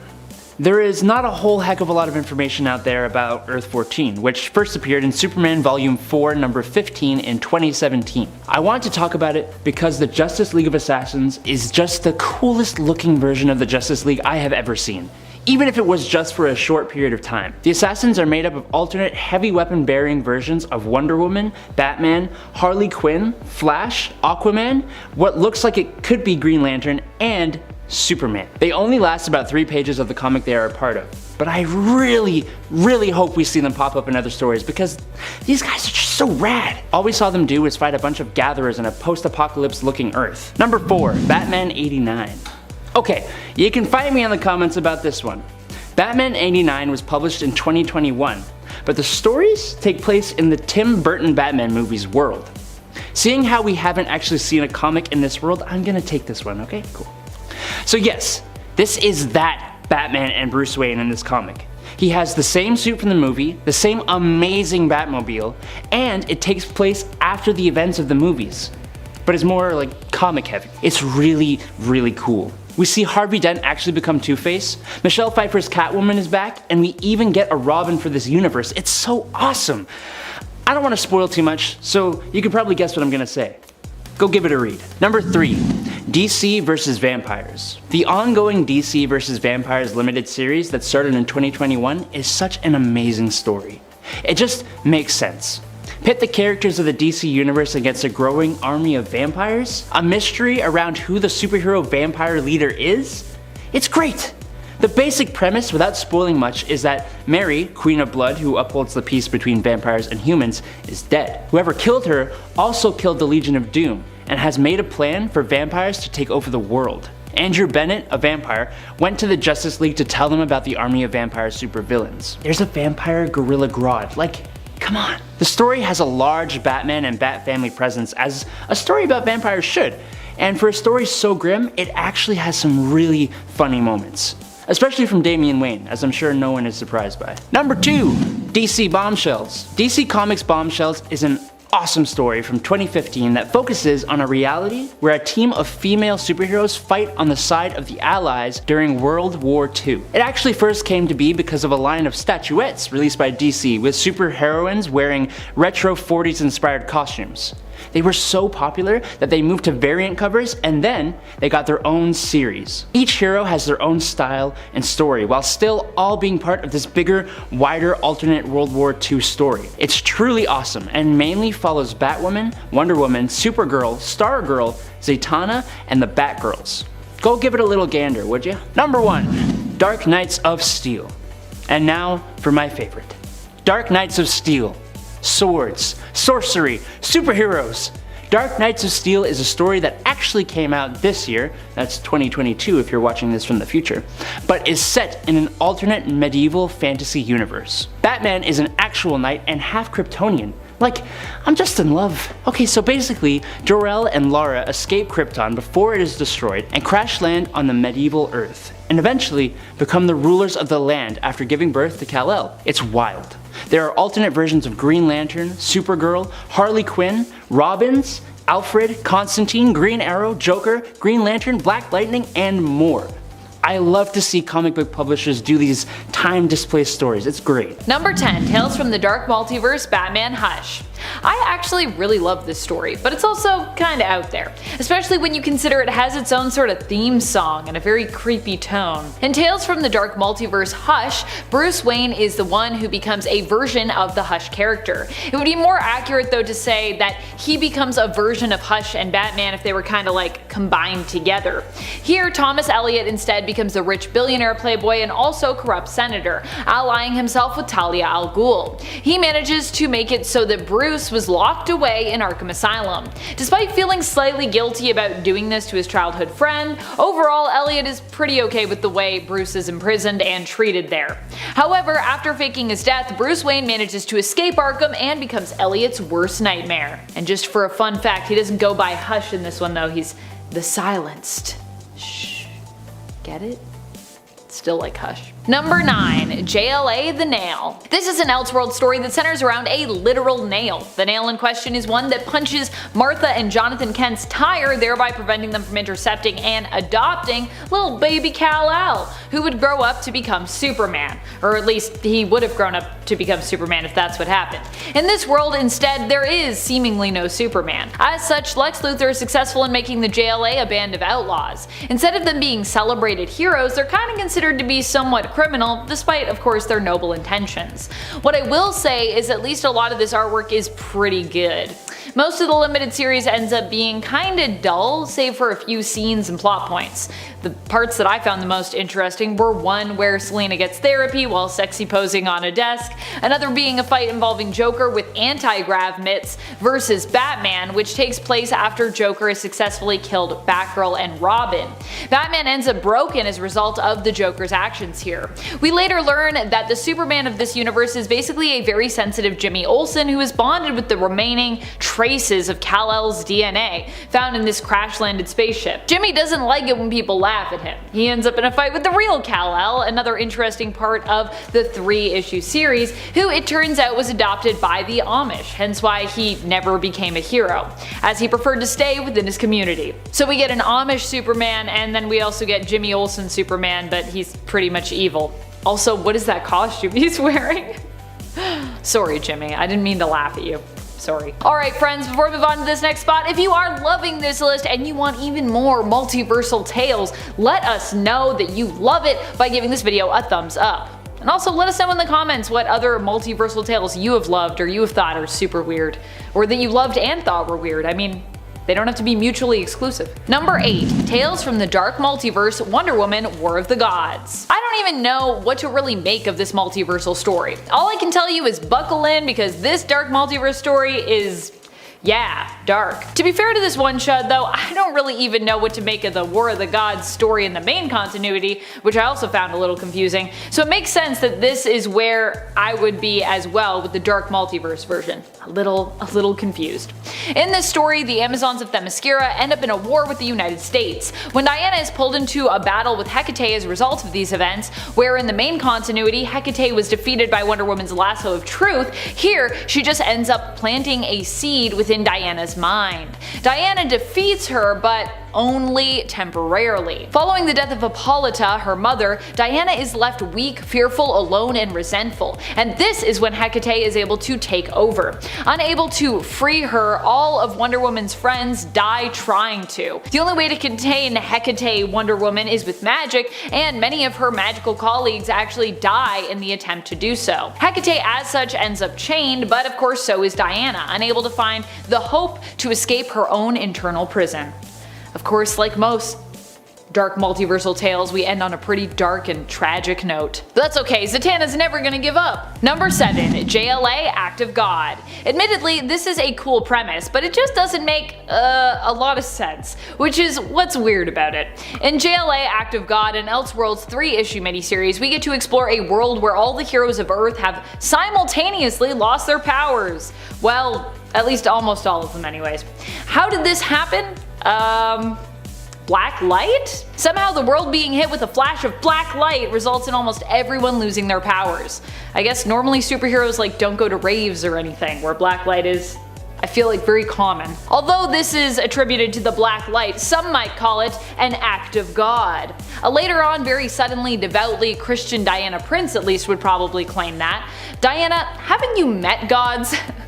How does that make sense? What's really ridiculous is in the first issue, as we go through the moment this happened, the world over, we get to see just how diverse not only everyone's powers are, but also when it comes to the source of their powers, just how diverse it is. In one page we go from Steel losing complete control of his systems and suit as he plummets to his doom, to Aquaman losing his ability to connect with the creatures of the sea telepathically and his ability to breathe underwater. At the same time, Kyle Rayner also has lost control of his Green Lantern ring, which seems to now just be, I guess, a really unique and trendy looking accessory. How could a flash of black light affect almost everyone in this same way? Like I said, it's a cool premise, kinda wonky execution though. Like, how is Steel affected by this?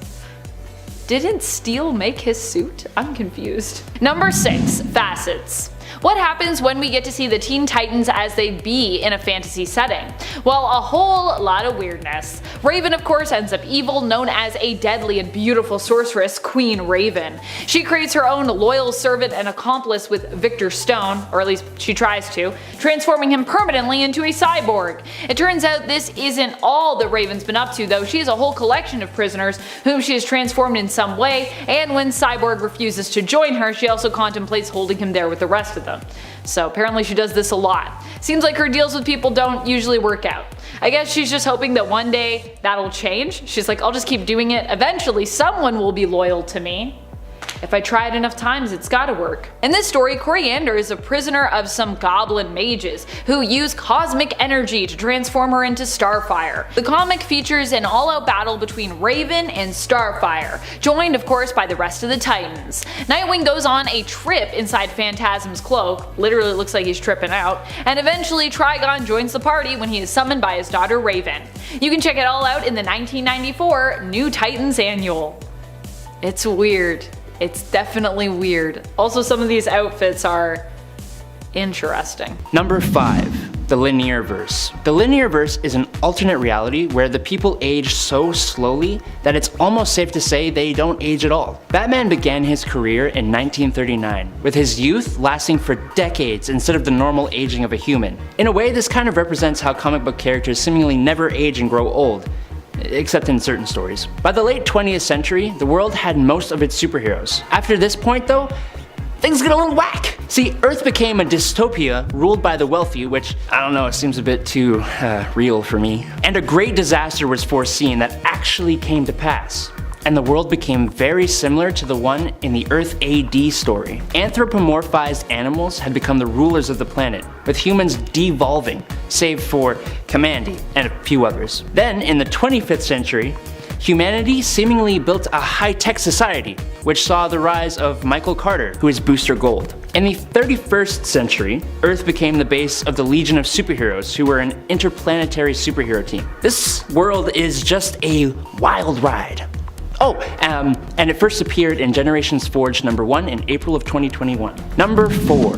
The Metalverse. Okay, I know we're going to talk about the Dark Multiverse, but we haven't talked about, and we need to talk about, the Metalverse. So basically, after Perpetua defeated the Justice League, she gave Prime Earth to the Batman Who Laughs. He and his Dark Knights defeated all the heroes and then reshaped the Earth into his vision. Look at this super cool map! He turned Gotham City into a whole continent super city that is guarded by Joker dragons. He made his home Castle Bat, which is another version of Batman who became a sentient Gotham. There is a hell on Earth called the Hellscape, ruled by Wonder Woman.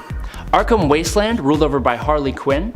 A Superman-powered new Apocalypse prison where all the remaining heroes are held. Megapocalypse with a Rainbow Valley where all the lantern rings lay because no one is worthy that exists anymore. This version of Earth Prime isn't exactly an alternate universe, but it definitely sounds like it should be. Hey nerds! Just wanted to say thanks for watching. It means a lot to us. If y'all don't mind smacking that like button, it would help us out. And it helps YouTube know we don't suck. Okay, on to the top 3. Number 3. Green Lantern Legacy. Green Lantern Legacy is a one-shot comic from 2020, in which we are given an alternate Earth where the Green Lanterns of Earth were John Stewart, who we already know, and a Vietnamese woman named Kim Tran. Now, Kim Tran, like most of the Green Lanterns, was an awesome hero who never let evil escape her sight, in brightest day or blackest night. She was a pillar for her community too, helping people from all walks of life. And she even helped other Vietnamese immigrants feel at home in this new city. The comic, though, really follows Tai Pham, who is Kim Tran's grandson, as he takes up the mantle of Green Lantern from his grandmother, becoming one of the youngest Green Lanterns at 12 years old. We see him struggle with racism, bullies, his own fears, and against the Yellow Lantern. It's a great story, and it gives some well-needed Vietnamese representation to the DC landscape. Give it a read! Number 2. Deceased. You know how Marvel has the Marvel Zombie storyline? Well, this is basically DC Zombies. That's a bit of an unfair comparison though. The two stories are very different, with the DC version ultimately being slightly more grounded and emotional. In this reality, Cyborg has been captured by Darkseid on Apocalypse, and it's revealed that the anti-life equation lives inside him. When Darkseid tries to take the equation, it is instead corrupted, causing Darkseid to explode Apocalypse. But not before Cyborg was sent to Earth. Once he arrives, he inadvertently infects the entire world with the anti-life equation, which has taken the form of a techno-organic virus. This turns millions of people and a lot of metahumans into zombies. The story follows the survivors as they try to quell the threat, and eventually leave the Earth to settle a new home. I kind of prefer this to the Marvel Zombies story. I don't know, it's a survival story instead of a funny zombie story. I like it. Sue me. Please don't sue me. Number 1. Dark Multiverse. First appearing in Dark Knight's Metal #1 in 2017, the Dark Multiverse is basically the shadow version of the regular DC universe that resides underneath the primary one. So there are negative versions of the 52 Earths of the regular multiverse, but it was also originally the World Forge, meaning it has so many more worlds. For example, there are worlds born from sentient life's hopes and fears. Honestly, each world here could take up a point on this list, but it feels like that's cheating a little. The World Forger was the master of this domain and created the Great Dragon, Barbados, to destroy unstable realities that couldn't join the Orrery of Worlds. Barbados, manipulated by Perpetua, rebelled and defeated the World Forger, creating the Dark Multiverse. A lot more happens after that, but I can't cover that in a 1-minute segment, so Dark Knight's Metal is an amazing story and it deserves your reading. Alright, number 10, Batmite. If you've heard of the extremely weirdly named Mr. Mxyzptlk, then you have a small understanding of the reality warping imps who inhabit the 5th dimension. This Batman megafan is basically a small childlike imp who wears a loosely fitting homemade batsuit with a black lightning bolt symbol. But don't let his goofy looks trick you. He has nearly limitless magical abilities. He's not technically a hero, but he's also definitely not strictly a villain. A being of this level of power can't really be either because there's no way it would lose in whatever it wanted to do. He idolizes Batman and just wants to see him in action. So when Batman gets angry with him for being a nuisance, he usually sets things straight and just leaves, which is honestly kind of adorable. Number 9. Dino Cop. We have a few anthropomorphized characters on this list, but none of the others are dinosaurs. Dino Cop is from Earth 41, which is an Earth containing characters who are all pastiches of heroes from Image Comics. He is Rex Stegman, a humanoid dinosaur-like character who is also a police officer, supposed to be the DC equivalent to Savage Dragon. He is absolutely dedicated to preserving the peace in his undinosaur blue-collar worker way. He teams up with another superhero from Earth 41, Spore, who is supposed to be like Spawn, but more planty. I don't think his powers really matter too much when we talk about the weirdness of this character, but they are super strength. That's kind of it. He has increased stamina and is kind of pretty intelligent, but you know, nothing super. I think a dinosaur man hybrid police officer is weird enough to make this list on his own, so there you go. Number 8, the Magic Lantern. So take Shaggy from Scooby-Doo and give him the powers of Green Lantern and you've got the Magic Lantern of Earth 47. When it's groovy, when it's grim, we hum the living guru's hymn. When other lanterns lose their shit, we keep the Magic Lantern lit. I'm sure it's not the only thing that's lit. I wish I could just make this point a bunch of the stoner Green Lantern quotes. Hostility is for squares. Get with the blueprint. Are we groovy? Or do I gotta kick your non-Euclidean alien butts into the galaxy next door? The Magic Lantern is the Green Lantern to the Earth 47 Justice League, known as the Love Syndicate, whose members include Sunshine Superman, Shooting Star instead of Batman, Speed Freak, Brother Power, and the Geek. And they first appeared in Animal Man number 23, and were expanded upon in the Multiversity Guidebook. And every time I see them, I just wanna be a part of it. Number 7, Danny the Street. Yeah, no, I think this is the wildest concept for a hero I have ever heard of. In case you didn't clue in, or for that matter, actually didn't believe it, Danny the Street is a living sentient street who can teleport to any city in the world. He was first introduced in Doom Patrol Volume 2, number 35 in 1990, and his main purpose and drive in this world is to bring happiness to those who inhabit whatever city he is currently at, giving those who have nowhere to go a place to rest their heads. It's nice. He likes to cross-dress and dress himself in nice pink frilly decorations on some of his buildings, including weapon stores. He eventually became the headquarters of Doom Patrol. At one point, he grew to be Danny the World, and then he was deconstructed down to just Danny the Brick, and was even just the humble Danny the Alley at one point. Even saying that sentence makes me feel like, what am I doing with my life? I'm talking about awesome sentient streets. Mom would be proud. Number 6.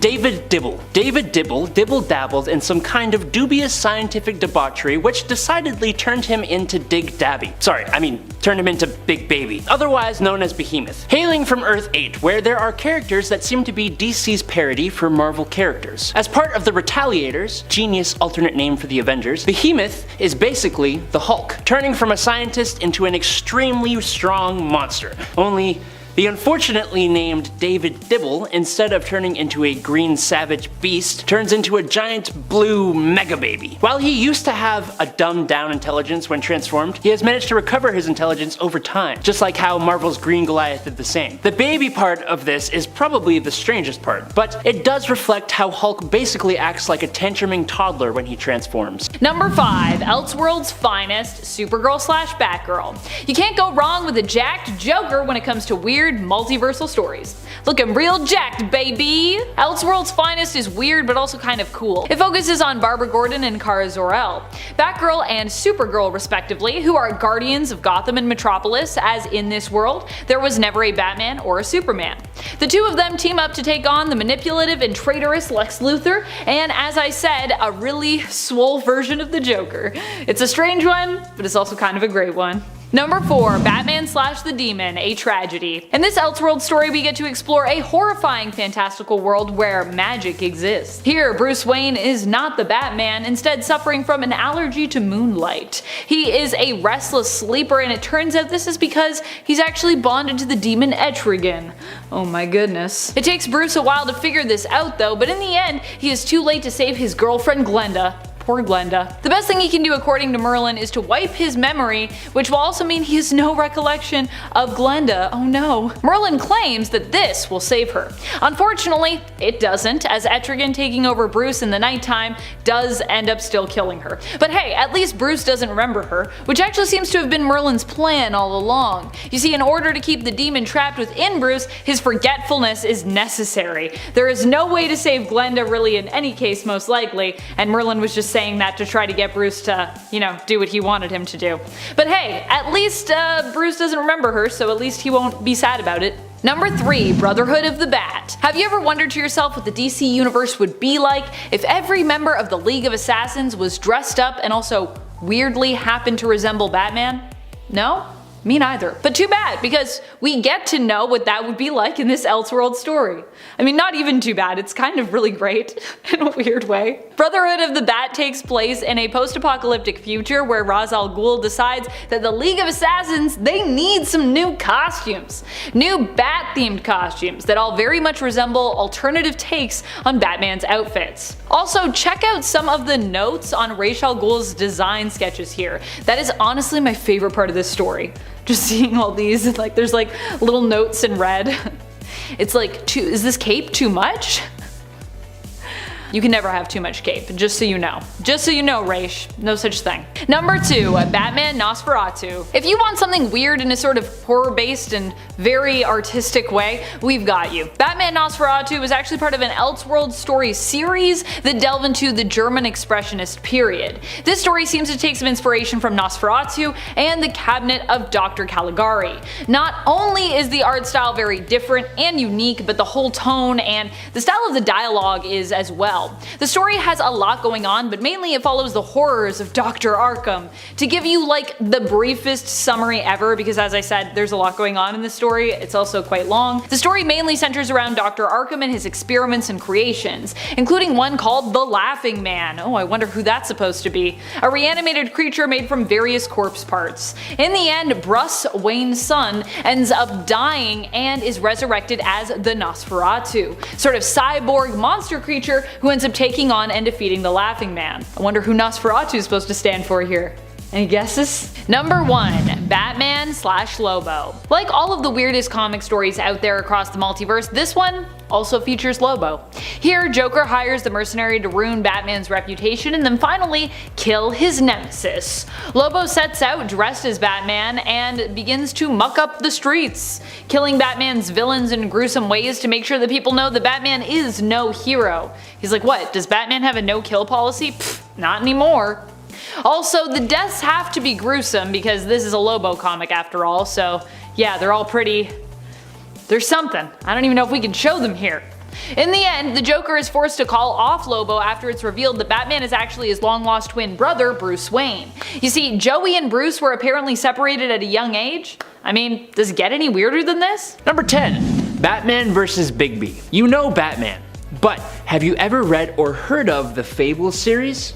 It's one of my favorite comic series. It basically follows classic fairy tale characters living in modern day New York. The Big Bad Wolf, otherwise known as Bigby Wolf, is the sheriff of their community. In 2021, we got the limited DC Black Label series Batman vs. Bigby, a wolf in Gotham, which is a collaboration between these two comic worlds, with Bigby as a main suspect for murders in Gotham.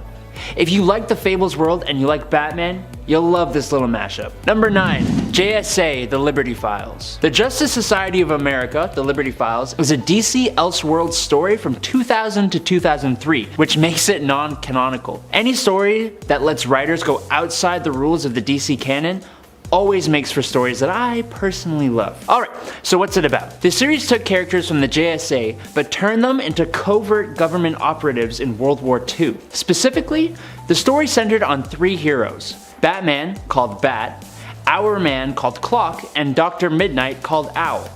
I know, really creative names. The 3 were known as the Unholy Three, and their mission, at least in the Part 1 story, is to find Jack the Grin, who is the Joker, who has information about the German weapon Übermensch, or Superman.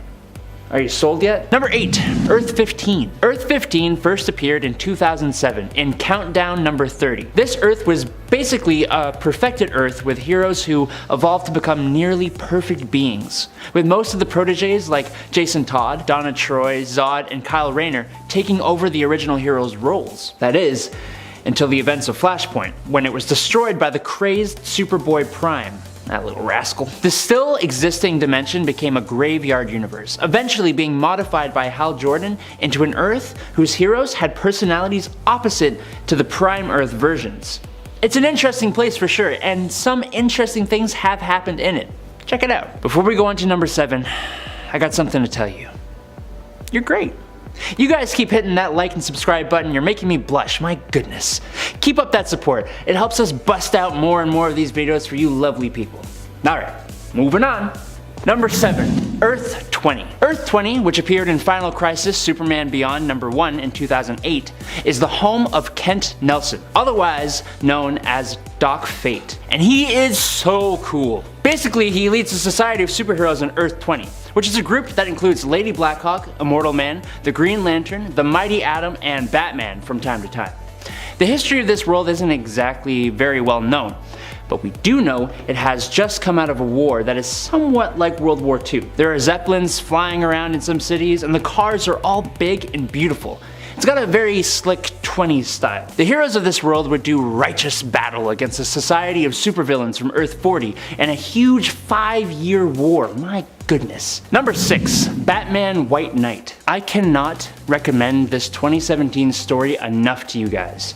It is an insanely interesting and fantastic Joker story. It takes place in an alternate Gotham City, and the Joker regains his sanity after a brutal and violent forced ingestion of a medicine by Batman. The roles are practically reversed, as the seemingly reformed Joker, real name Jack Napier, becomes the White Knight, hoping to better Gotham City as a politician, while also condemning Batman as an unhinged violent vigilante. Which, I mean, it's kinda hard to argue against that point of view. He sued the GCPD for police brutality, and he worked against the 1%, who used Batman and Gotham's crime for their own financial benefit. Joker actually becomes a good guy.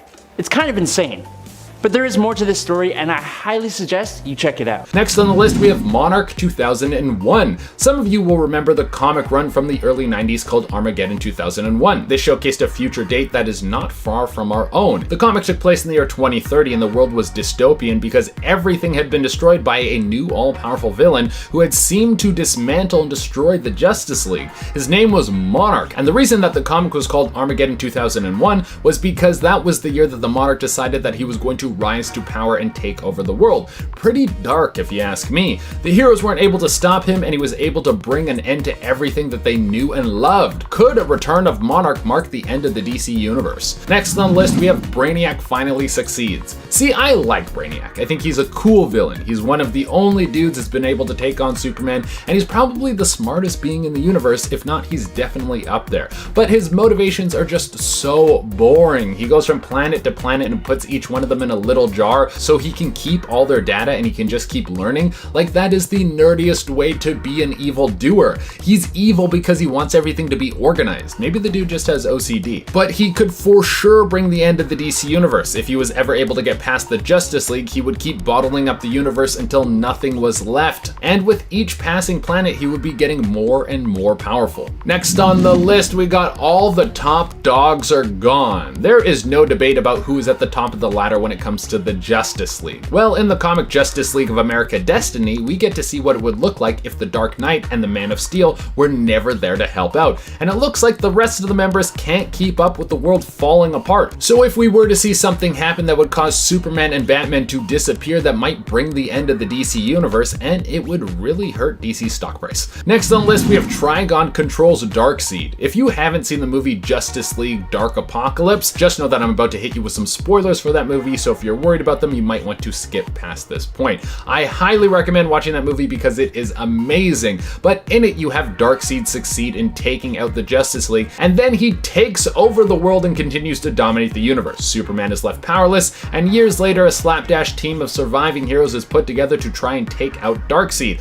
While this assault on Apokolips is taking place, Trigon escapes from Raven's mind and he takes over Superman's body. This Trigon-Superman fusion fights Darkseid and kind of whoops his butt. This ends with Superman pushing Trigon out of his body, but Trigon later materializes in his own form and starts duking out with Darkseid, and the two of them are sucked into a boom tube that in theory killed them, but they were probably just floating around in another dimension.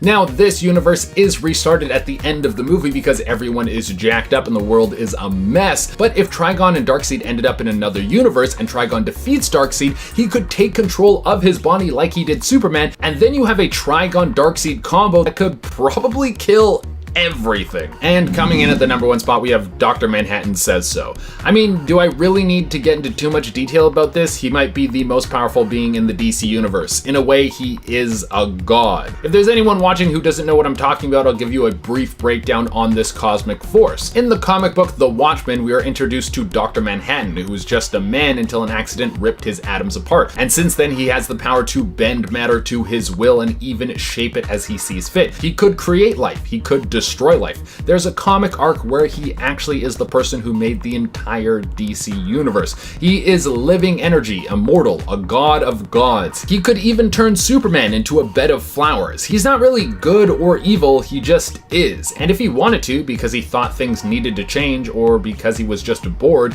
he could erase and rewrite the entire universe faster than the Flash. And that would be no guesswork. It would all be with precision. Number 10. Earth 3. The post-Flashpoint Earth 3 is similar to its pre-Flashpoint Earth, but way better. This Earth is the birthplace of evil. The mentality here isn't good versus evil, it's more like just evil. Strength is respected more than anything else, with the weak basically being annihilated. Instead of the Justice League, Earth 3 is home to the Crime Syndicate of America, whose members include Ultraman, Superwoman, Owlman, Power Ring, Johnny Quick, Sea King, The Outsider, Grid, and John Johns. Earth 3 was reintroduced in 2013 and has played a part in Darkseid War in 2015, Dark Knight's Death Metal in 2020, and in 2021 it was reborn again in the Infinite Frontier story. Like I said, when we started, the DC universe is complicated, but what's remained the same since 2013 is that some of the coolest stories come out of Earth 3. Number 9, Earth 1. Earth 1 and the number 10 pick are probably the oldest of the Earths and universes on this list. Earth 1 first appeared in 2008 in its New 52 form, but it introduced a whole spectrum of readers into the DC universe, and sales for its comics were through the roof. So I believe it deserves a spot on the list. Here, superheroes are all younger, and they all just started their superhero careers. Superman, Batman, Wonder Woman, the Teen Titans, and Green Lantern all have graphic novels that take place on this Earth, and they are all just fresher takes on the almost overdone superhero origin stories. With the characters all being younger, it was also very easy for younger readers to relate to, and gave the characters conflicts that they wouldn't have faced as their prime Earth counterparts. Number 8. Injustice Universe. The Injustice Universe of Earth 22 is the universe in which the events of the Injustice video game and its related comics take place, and it first popped up in 2013. So here in the Injustice world, Superman went a little bonkers. After the Joker tricked Supes into killing both Lois Lane and her unborn child, plus unintentionally blowing up Metropolis, Superman murdered the Joker and eventually became a tyrannical ruler of Earth. The Batman of Injustice creates an insurgency, eventually enlisting the aid of another Earth, Earth 1 of this reality. With the alternate Earth's help, he overthrew Superman's regime and rebuilt the world. And that's all just part of the first game. Number 7. The 53rd World. The 53rd World, named by the smart primates who live there, was a world unknown to the rest of the multiverse. It's set in a near future where presumably the world is inhabited by super smart apes, like Planet of the Apes style. Oh, and also, immortality was achieved in 2067, meaning that yes, all these ultra smart apes are immortal. We know that there exists alternate ape versions of Superman, Batman, the Atom, and Aquaman. The existence of this Earth was first revealed in 2018's Dark Knight's Rising: The Wild Hunt, when Detective Chimp was beginning to lose his intelligence. The ape heroes show up, recruited by Raven, Cyborg, and the Flash to help with the dark multiverse, saying they were here to help.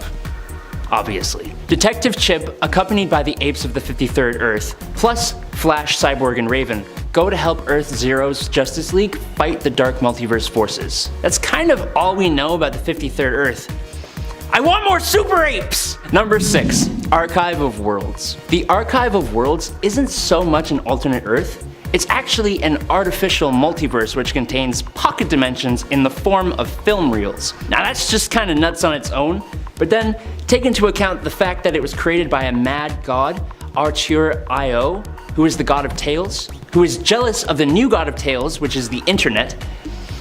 It's pretty nuts. He tried to steal the new god's soul and was instead encased in a Wayne Tech satellite where he created the Archive of Worlds. First appearing in Batman/Superman Volume 2, number 16 in 2021, the pocket dimensions include a world where Superman never came to be, as well as one where Batman never came to be, a world based on hell, a western world, a world based on the life of Alana Strange, and so many other unnamed worlds. Auteur.io eventually was cured by Batman, and he instead became Observer.io, which is a lot nicer. Number 5. Superman at Earth's End. I don't even know where to begin with this comic. Oh boy. Okay, so Superman here is one of the first iterations of course, the old man heroes to come that we've come to love so much. See, before there was Old Man Logan, there was Old Man Supes. In this Elseworld story, we are in a post-apocalyptic future where machines rule supreme and mutants basically run amok. Also, there is an army of Batmen and vicious biker gangs because, I mean, why not? The year I believe is 2102, so possibly this is what we'll be dealing with in just over 80 years time. Honestly, the way things are going, I could maybe see that being our future. Superman is recharging and recuperating his strength when he hears about the plan to nuke Gotham City. He aims to save the city, but of course without doing any killing, because you know, he's Superman. And of course, no guns, because he's Superman. Except for the part where he uses guns to kill people. Except for that part. Mostly robo and really bad people though, so I guess for Supes it doesn't count. It features the famous "I am a man" memeable moment, which actually was shouted in response to an android, by the way, so out of context it's really weird, but within context it actually like kinda makes some sense. It's still pretty weird, but it's not as weird. Also, shortly after claiming that he doesn't need weapons, Superman chooses to wield a ridiculous megagun known as the Expunger. It's crazy. I just love that he's like, I don't need weapons because I have powers. I would never do that. And then like flip to like 2 pages later and he's like, look at this giant expunger. I'm gonna use this mega gun. Number 4, All-Star Batman and Robin.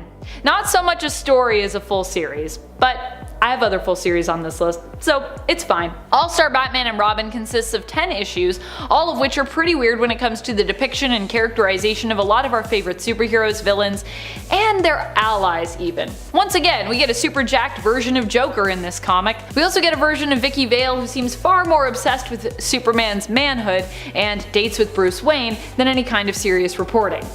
And of course, then there are Batman and Robin. What a dynamic. Batman in this comic is the worst kind of hero, an entitled one. This is the version who refers to himself as the goddamn Batman and makes Dick eat rats and sleep in the Batcave initially. Because he's Batman and he can do that. He also torments Hal Jordan, Green Lantern, by painting himself, Robin, and the entire room and corridor yellow, and also serves and consumes yellow food and drink around him, with Batman enjoying some lemonade and Robin devouring what appears to be an all yellow ice cream cone. All-Star Batman and Robin has to be one of the weirdest multiverses out there. And every time I go back to it, I'm like, what is happening? What is this characterization? Number 3, JLA created equal. Okay, so All-Star Batman and Robin is the not so great kind of weird, but JLA created equal is just the weird kind of weird. In this 2-part Elseworld story, we get a glimpse into a world where all the men, or almost all the men, were killed off by an unexpected and sudden plague. The only 2 left alive are Superman and Lex Luthor in this reality, and yet for all the powerful women who remain, this book sure manages to still be about the male characters within it.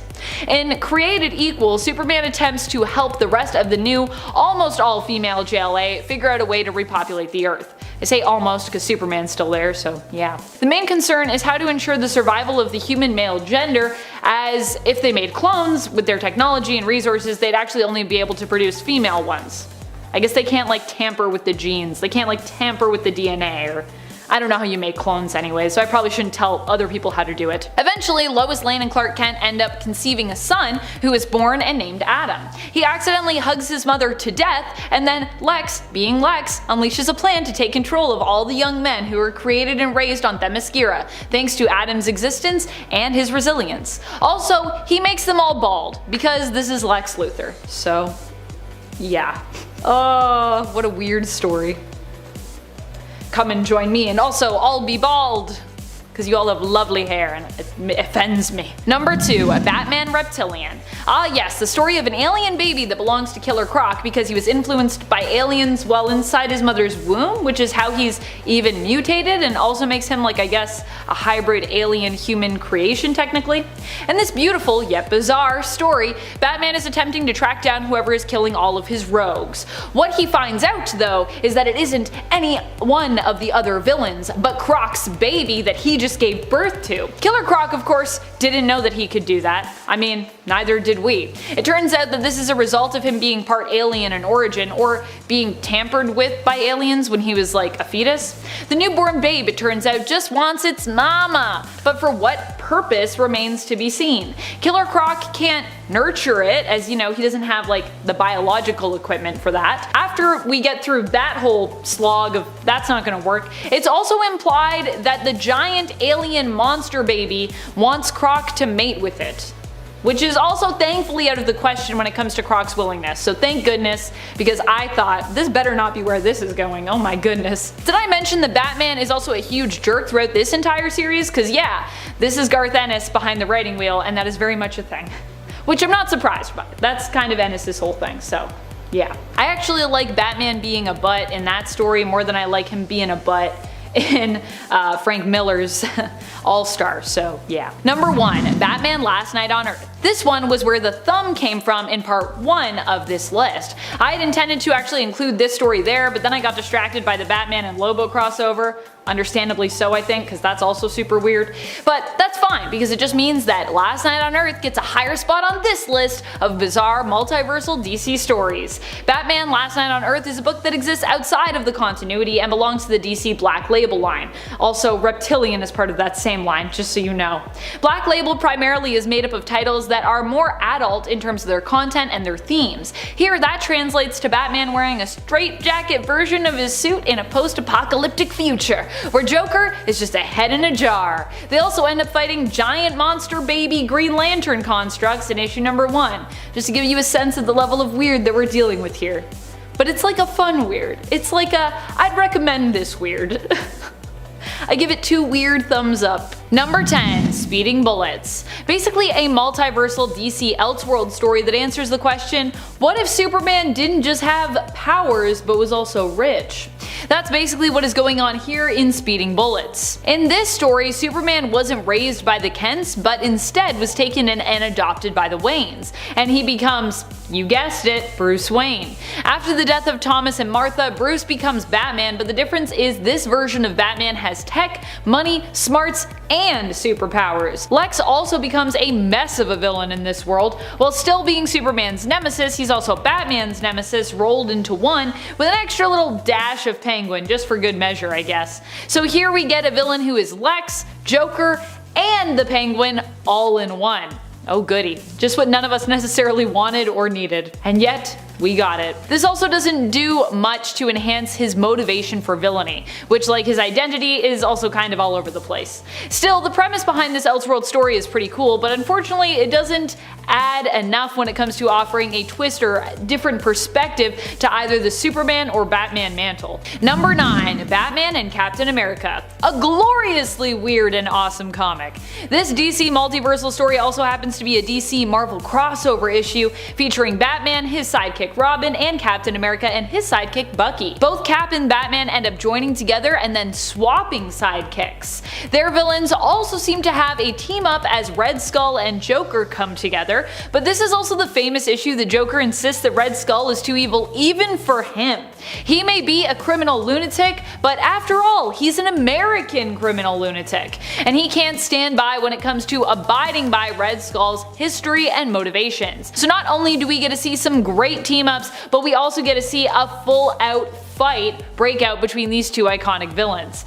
Thanks, John Byrne. And friends, before we move on to this next spot, if you love Elseworld stories and all of the weird, wacky things that go on in the multiverse when it comes to just alternate worlds, let us know by giving this video a thumbs up, and hey, maybe we can do some more Elseworlds lists for you. Cause yeah, there's lots of kooky stories out there. Number 8, the Superman monster. Frankenstein, but make it Superman. There are lots of retellings of classic tales when we look into the realm of Elseworlds, and the story of Frankenstein is not one that is left untouched. Actually, I feel like this story gets interpreted a few times throughout the Elseworlds stories. I feel like I've seen at least 3 different versions of Frankenstein retold in Elseworlds. I still have yet to see Dr. Seuss retellings though in the world of DC, which are some classic kids tales that do eke their way surprisingly into Marvel at times.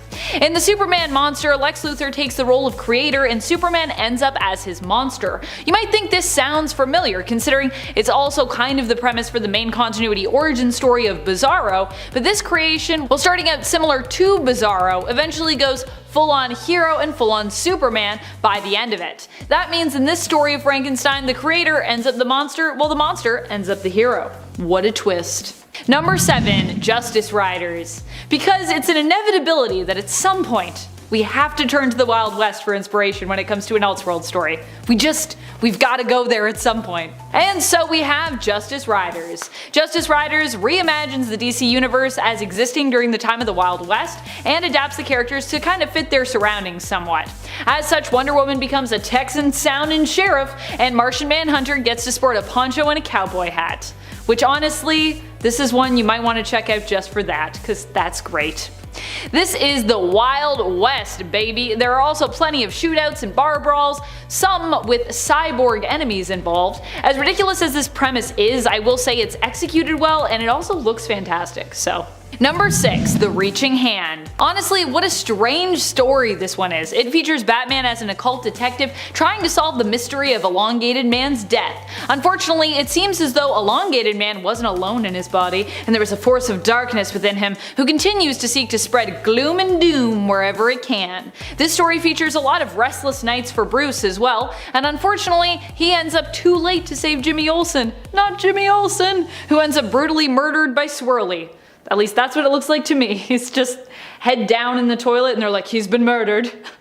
Or he was just being mistreated by the other staff at his workplace, but no, he's dead. Death by Swirly. Bruce also is too late to save his friends or Gotham in the end, at least that's what's implied. This one ends pretty bleakly, so yeah. Also, this is back from when we had like Elseworlds, like giant sizes, so there would be like a bunch of short stories in there. Kinda like What If, and I like that style. More stories though than What If, because those are normally 2. Sometimes only 1.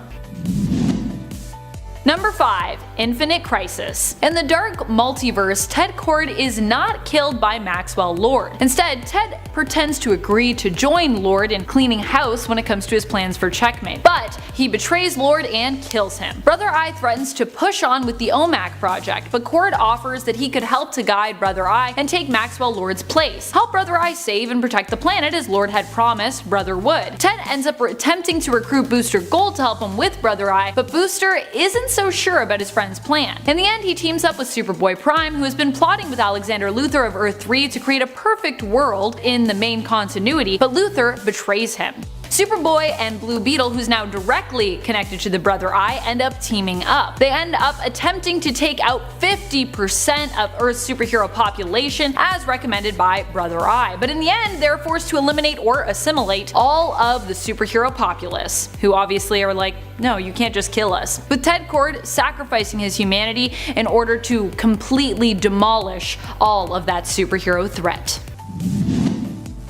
Number 4. The Murder Machine. After the death of Alfred, Batman in his grief seeks to create an AI in Alfred's image and employs the help of Cyborg. Bruce calls the project the Alfred Protocol. Alfred Protocol is also programmed to act as Bruce's infallible bodyguard, and it's this programming which causes everything to go sideways. The Alfred Protocol spreads, taking out every villain, every criminal he deems a threat to Bruce Wayne's life. However, it doesn't end there. The Alfred Protocol also realizes in order to protect Bruce, it also needs to change him, protect him from himself and his emotions by eradicating them, starting with his fear. This change infects and transforms Batman into a cyborg version of himself known as the Murder Machine, who then goes about killing everyone, determining that everyone and his attachment to them is a weakness.